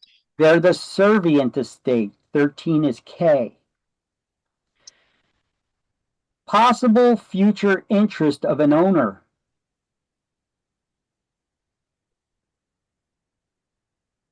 Reversionary interest? Reversionary interest. 12 is L. Adding successive periods of usage. Adding one person's Tacking. time onto another. Hacking. Tacking. 15 is M. Complete ownership until someone's death. Life Life estate. estate.